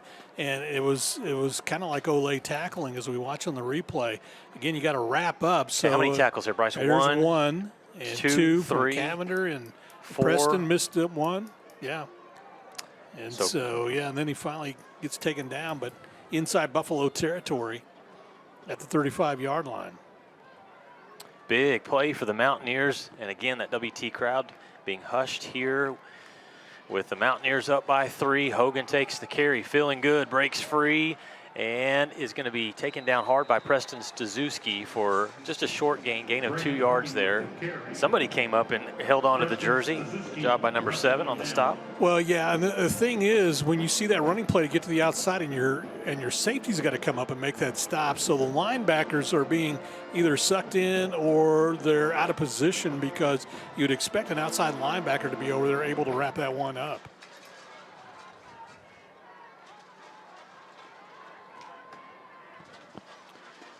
Nash in the gun. They send the receiver in motion across the formation. Fake it to Hogan. Good protection. Nash throws, has a man open, and it's incomplete. They're going to throw a flag on Manahan. Well, the fans are going to come unglued because there was contact earlier for the Buffaloes. No flag was ever thrown, and that one looked pretty close. But the official right there, he throws his flag. The receiver definitely had a step on Manahan that time. DJ Allen. Pass interference, defense, number 17, 15-yard penalty, first down. Well, here's what WT's got to do now, Bryce, is they've got to find a way to make this a 3-point possession. Correct. And not a 7-point possession. Correct. Yeah, and absolutely. And again, credit Nash. And even on the replay, it was kind of hard to tell on that one, but the official was right there, and so he threw the flag, so it's a 15-yard penalty. 1st and 10 Mountaineers from the Buffs' 18-yard line. Hogan, they give it to him. He squirts through, and he's at the 5. Hogan nearly into the end zone. I think he got down to the 1. And the running back, Braden Hogan, on this drive, putting his team on his shoulders. No, he really is. Again, he had this pass completion and able to break 4 tackles. You counted them out, and able to pick up a first down. I'd give it to 28 again. Low snap, it's loose, and penalty markers fly. Why'd they blow the play dead? Maybe it was a false start.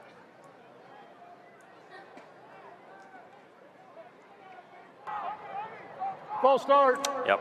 Offense, number 79, 5-yard penalty, first down. Buffs are able to get in some fresh defensive linemen. You hear the fans cheer.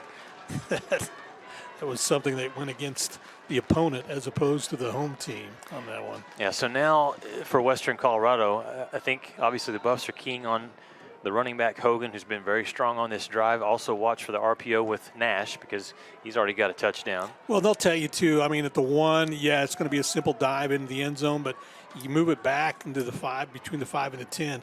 It gives you some more options on your play calls.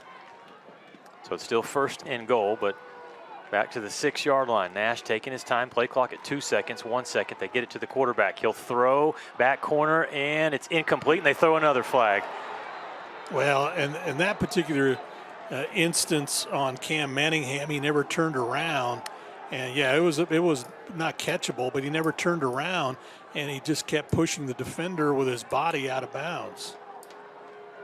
Now, the one thing about it will be half the distance to the goal. So they'll replay the down. Still first Pass down. interference, defense, number 17. Foul occurred in the end zone. Ball will be placed at the 2-yard line. First down. So almost back where they started.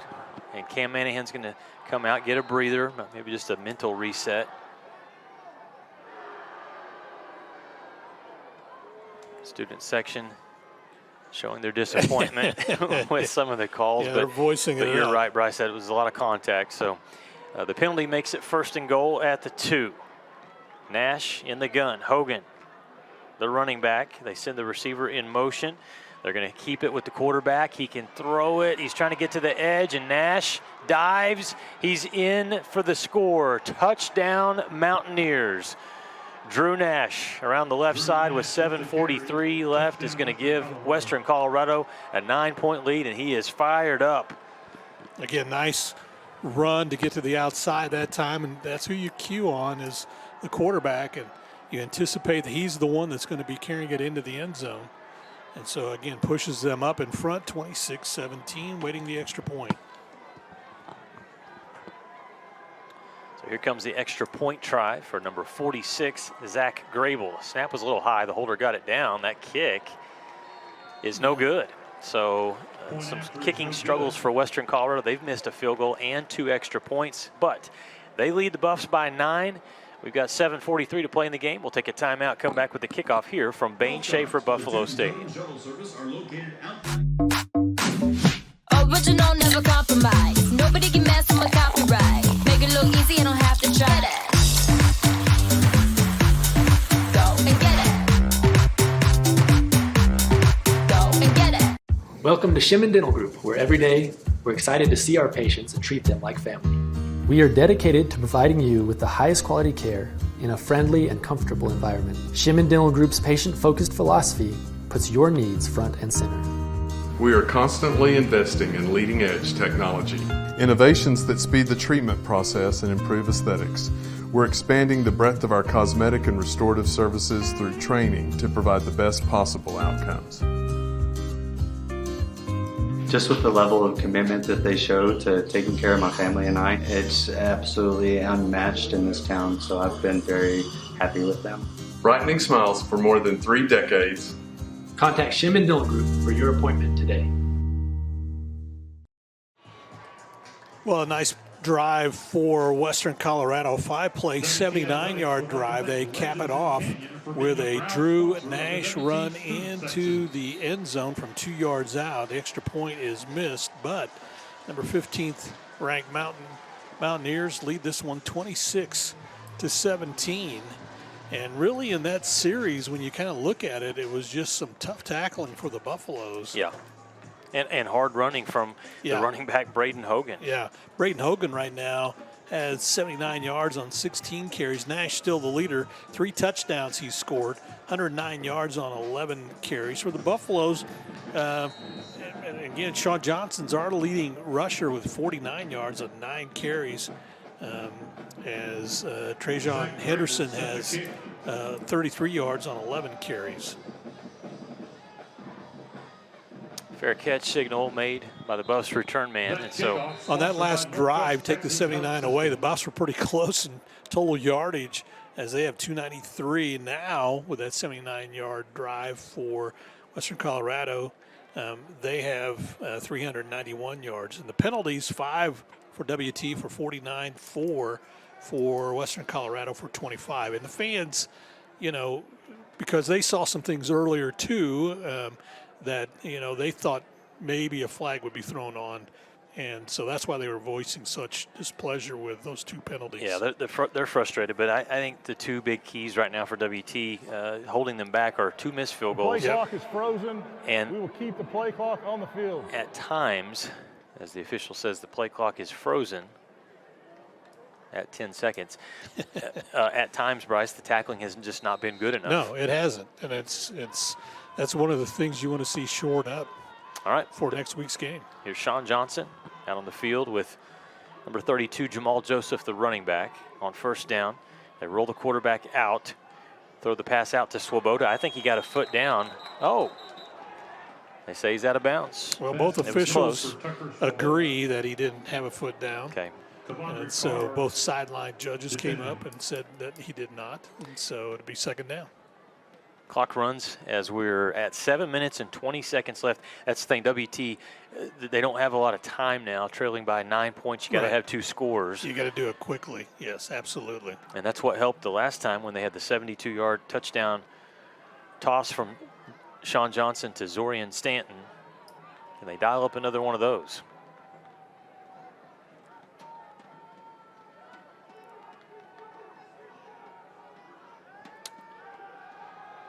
Sean Johnson lost the ball, then picked it back up, and then he is taken down hard at the line of scrimmage. He wanted to go to Swoboda on the outside, but he had a pass rusher in his face, and as he knocked it away. Yeah, absolutely.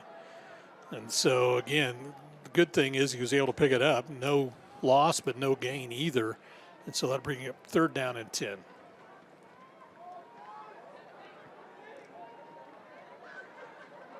Bring in a different package as Brennan Ray comes out, the fullback. There are 6 defensive backs on the field right now for the Mountaineers. Now they walk the linebackers up on the line of scrimmage. Sean Johnson sets in the pocket, throws. It was deflected. It was knocked down as his pass falls incomplete, and that is a 3 and out for the Buffs offense as you're down by 9 with 6:36 to play. And they're having some troubles on the scoreboard. If you look up at Bain Schaefer Buffalo Stadium right now, it shows the score is 114-26. Oh, well, wow. That's why the fans are excited, obviously. But it's and so they're trying to fix it. Yeah, it should be 17, 26-17. Here's the punt. Back deep. They're just going to get away from this one. It's going to hit at the 40, and the Buffs pick it up. Maybe could have kept rolling there. They touched it at the 35-yard line, so that's where the Mountaineers will take over. And now if you're WT, you need your defense to do the same thing that Western Colorado just did. You got to have a 3 and out, or now what you're going to see is a lot of Brady Hogan and a lot of the quarterback, Drew Nash, running the football. And the other thing is the Buffs had to take a timeout in the third quarter, so they only have 2 timeouts left. And so, again, clock management is going to be tough in order to stop the clock and try to keep it in your favor. Yeah, the Mountaineers, if you're the Buffs defensively, you can probably come up a little bit more on the run. You're not expecting them, them to throw at this point.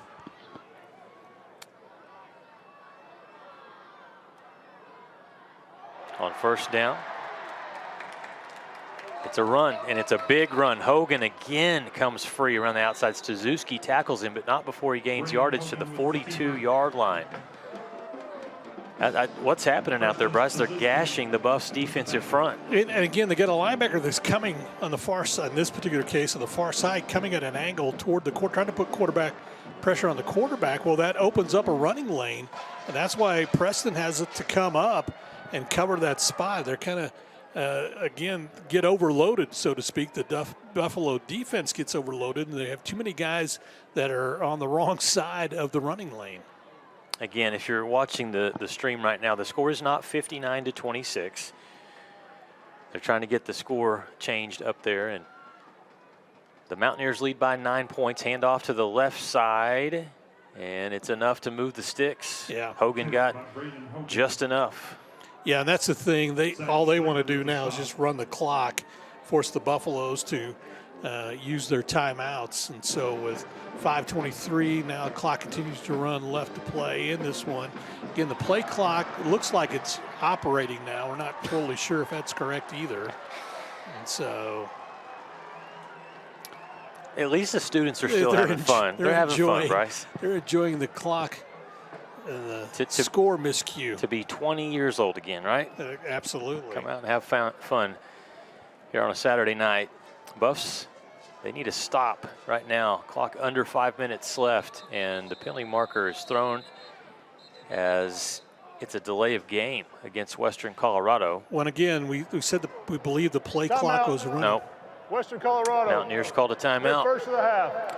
So Western Colorado is going to be credited with the timeout, so no penalty. We'll take a timeout as well. Maybe we'll get the scoreboard straightened out as they've cleared it to zeros.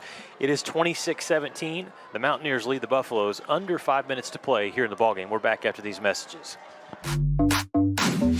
Original, never compromise. Nobody can mess with my copyright. Make it look easy, you don't have to try that. Go and get it. Go and get it. Welcome to Shimon Dental Group, where every day we're excited to see our patients and treat them like family. We are dedicated to providing you with the highest quality care in a friendly and comfortable environment. Shimon Dental Group's patient-focused philosophy puts your needs front and center. We are constantly investing in leading-edge technology. Innovations that speed the treatment process and improve aesthetics. We're expanding the breadth of our cosmetic and restorative services through training to provide the best possible outcomes. Just with the level of commitment that they show to taking care of my family and I, it's absolutely unmatched in this town, so I've been very happy with them. Brightening smiles for more than 3 decades. Contact Shimon Dental Group for your appointment today.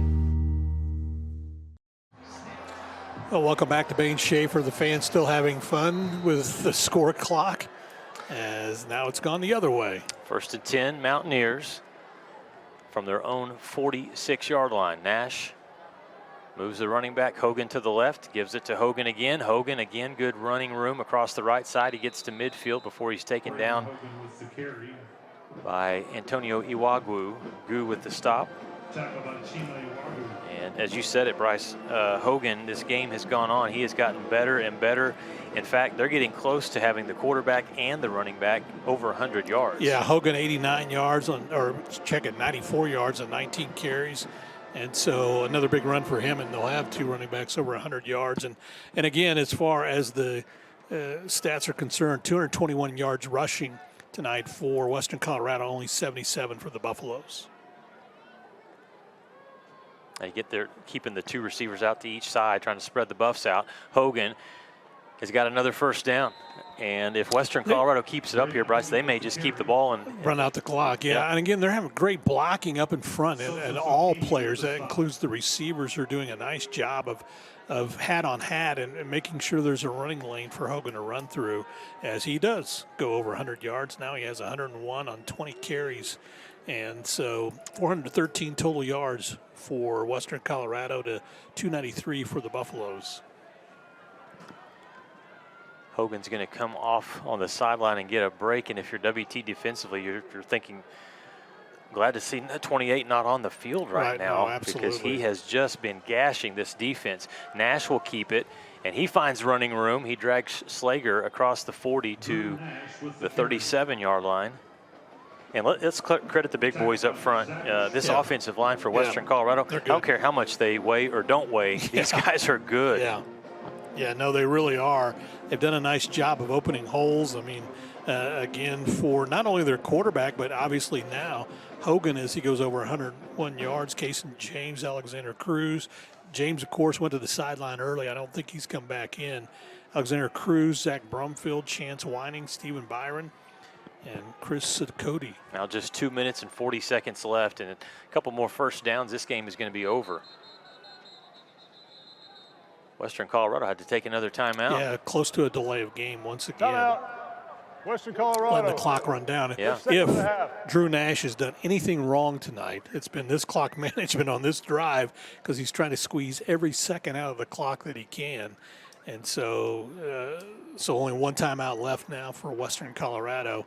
But it also has allowed the clock to run down too, and that's what they want. Western Colorado will be back at home next weekend. They'll play Adams State. Evening game again for the Mountaineers with the new lights. They're at the Mountaineers home facility. Right. For West Texas A&M, the Buffs back at home next Saturday. We'll be right here at Bain Schaefer Buffalo Stadium with a Lone Star Conference matchup. Buffs still 1-0 in conference play because they started the season off with the win over Sul Ross State.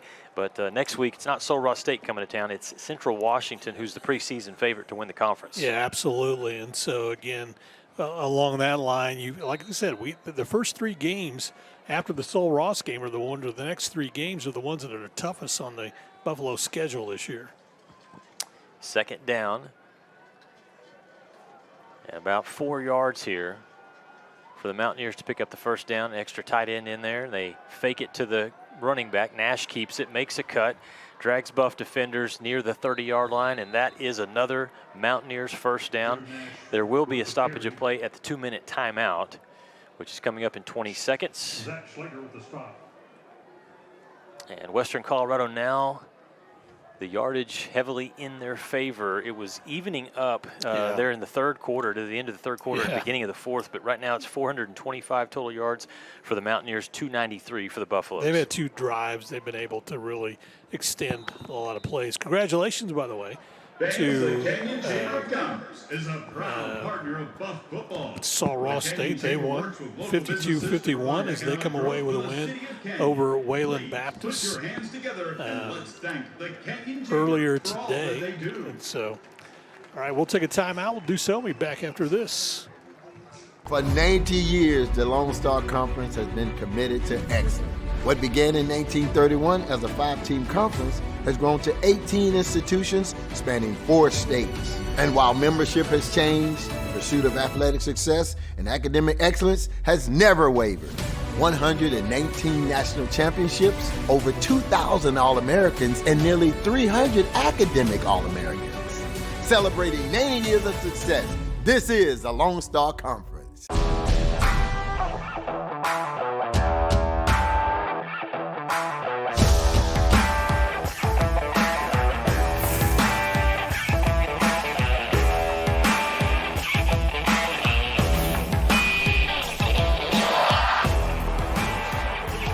The best tailgates start with the best beef, and the best beef starts with Market Street. Market Street, where we do beef the best.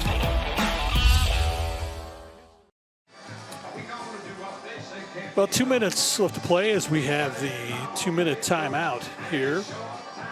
And the Buffs trailing 26-17 as Western Colorado is going to be able to run out the clock here a little bit. They have a 1st and 10 ball setting at the 31-yard line of the Buffaloes. And so, again, Buffaloes have played strong, but just some miscues, missed tackles, and then obviously the interception was big that Sean Johnson threw, even though the Buffs got one back a little bit later as well. But Sean Johnson's interception was big that came in the third quarter. And so some things, obviously, the Buffaloes are going to want to be able to take care of, clean up a little bit here as we go in our final 2 minutes of play from Bain Schaefer Stadium. So Drew Nash in the shotgun. To his right will be Braden Hogan.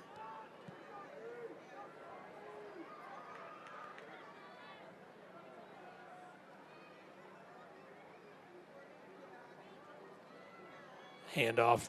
Nope, Nash is going to keep it himself, and he's going to be taken down hard. Pick up 8 yards on the carry. But that may be one of those. JT comes up and makes the stop. It may be one where you don't want the quarterback to continue as WT takes a timeout. Buffaloes with all 3 of their timeouts left, so they take one here. West Texas A&M. So we'll take a timeout as well. We'll be back right after this. Whataburger now has new premium coffee. That means a brand new taste with new flavors. And it's coming in hot and iced cold. New hot and iced coffee from Whataburger, just like you like it.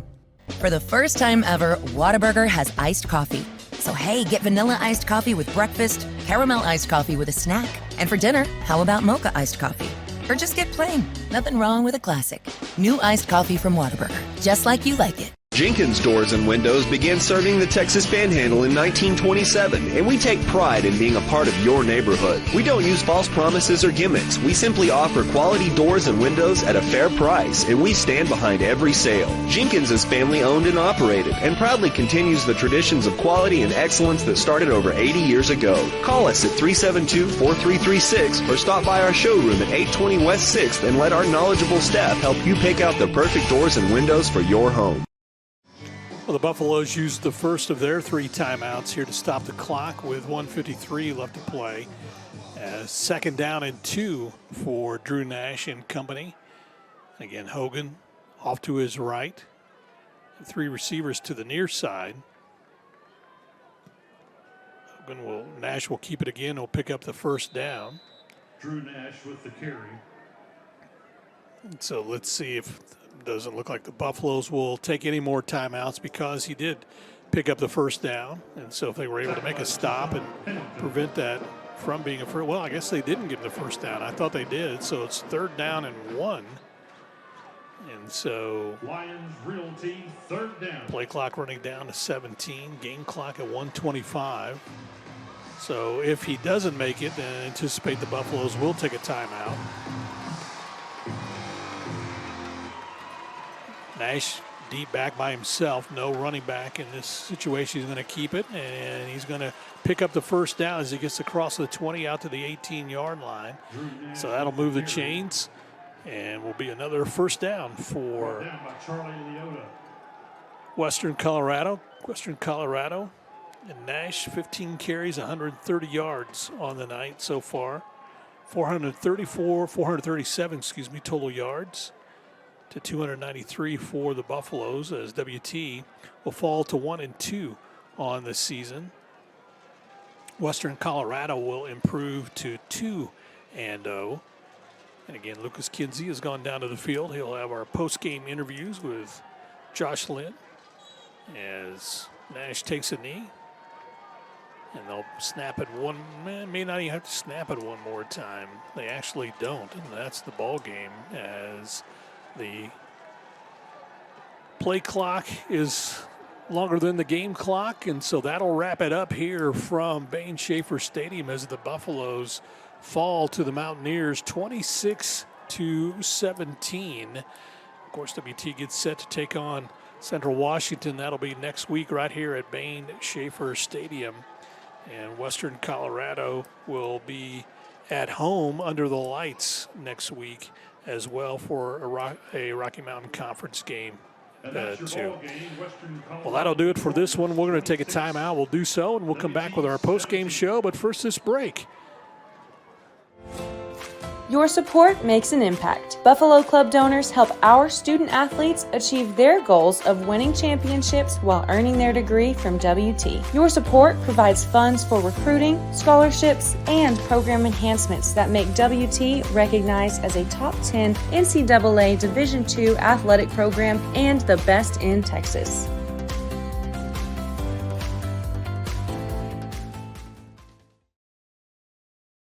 We live where wide open roads lead to wide open spaces, where life is lived a different kind of way. We believe that generosity should always be given, but loyalty can only be earned. Community is sacred. Integrity is learned.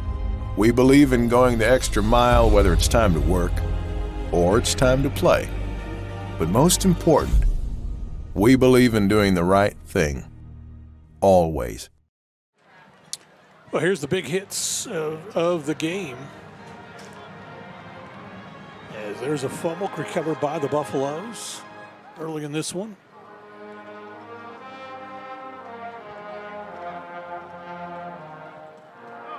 Nice catch by Stanton on that one to set up a touchdown for WT. And there's a takedown, trying to get it by Preston Stazuski. And then again, Sean Johnson on his throw, that one-handed catch. It was so nice by the tight end in this one, Brennan Ray. What's up, guys? And there's a nice stop by the Buffaloes. Some of the big hits in this one tonight. And so again, WT falls by a final of 26-17. They fall to 1-2 on the season. And Western Colorado improves to 2-0 as, again, MVP for Western Colorado had to be their quarterback, Drew Nash. He was 13 of 26, 185 yards, and also rushed 16 times for 133 yards. Let's head down to the field. Lucas is standing by, and so we'll head down to the field for Lucas Kinsey.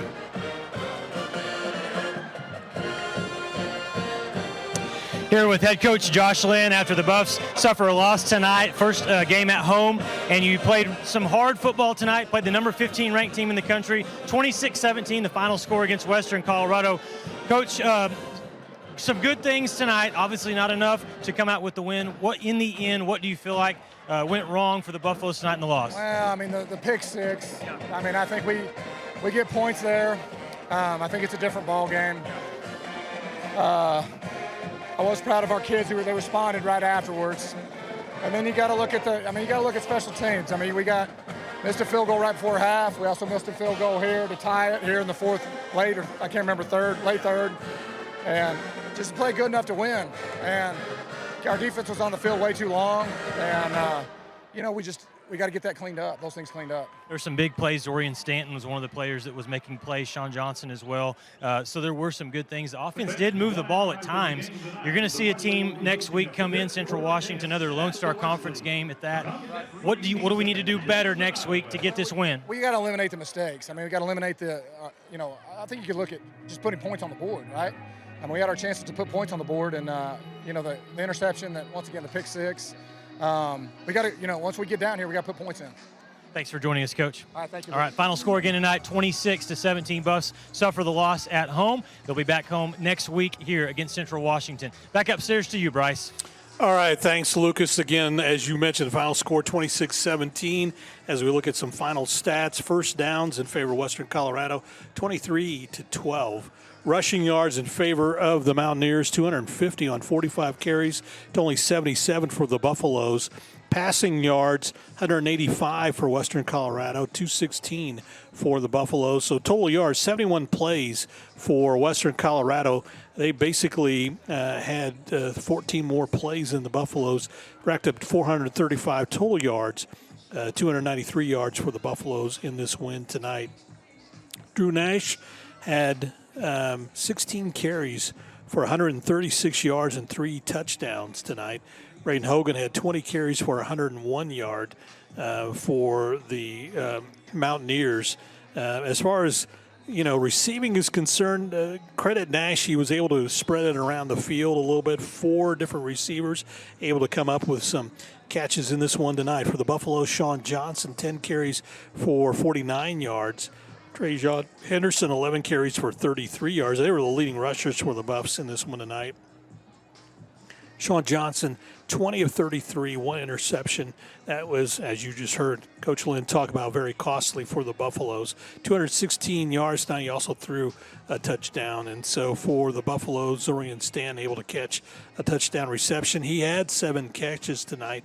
6 catches on the night, 150 yards. And so, again, had a great night for Zorian Stanton.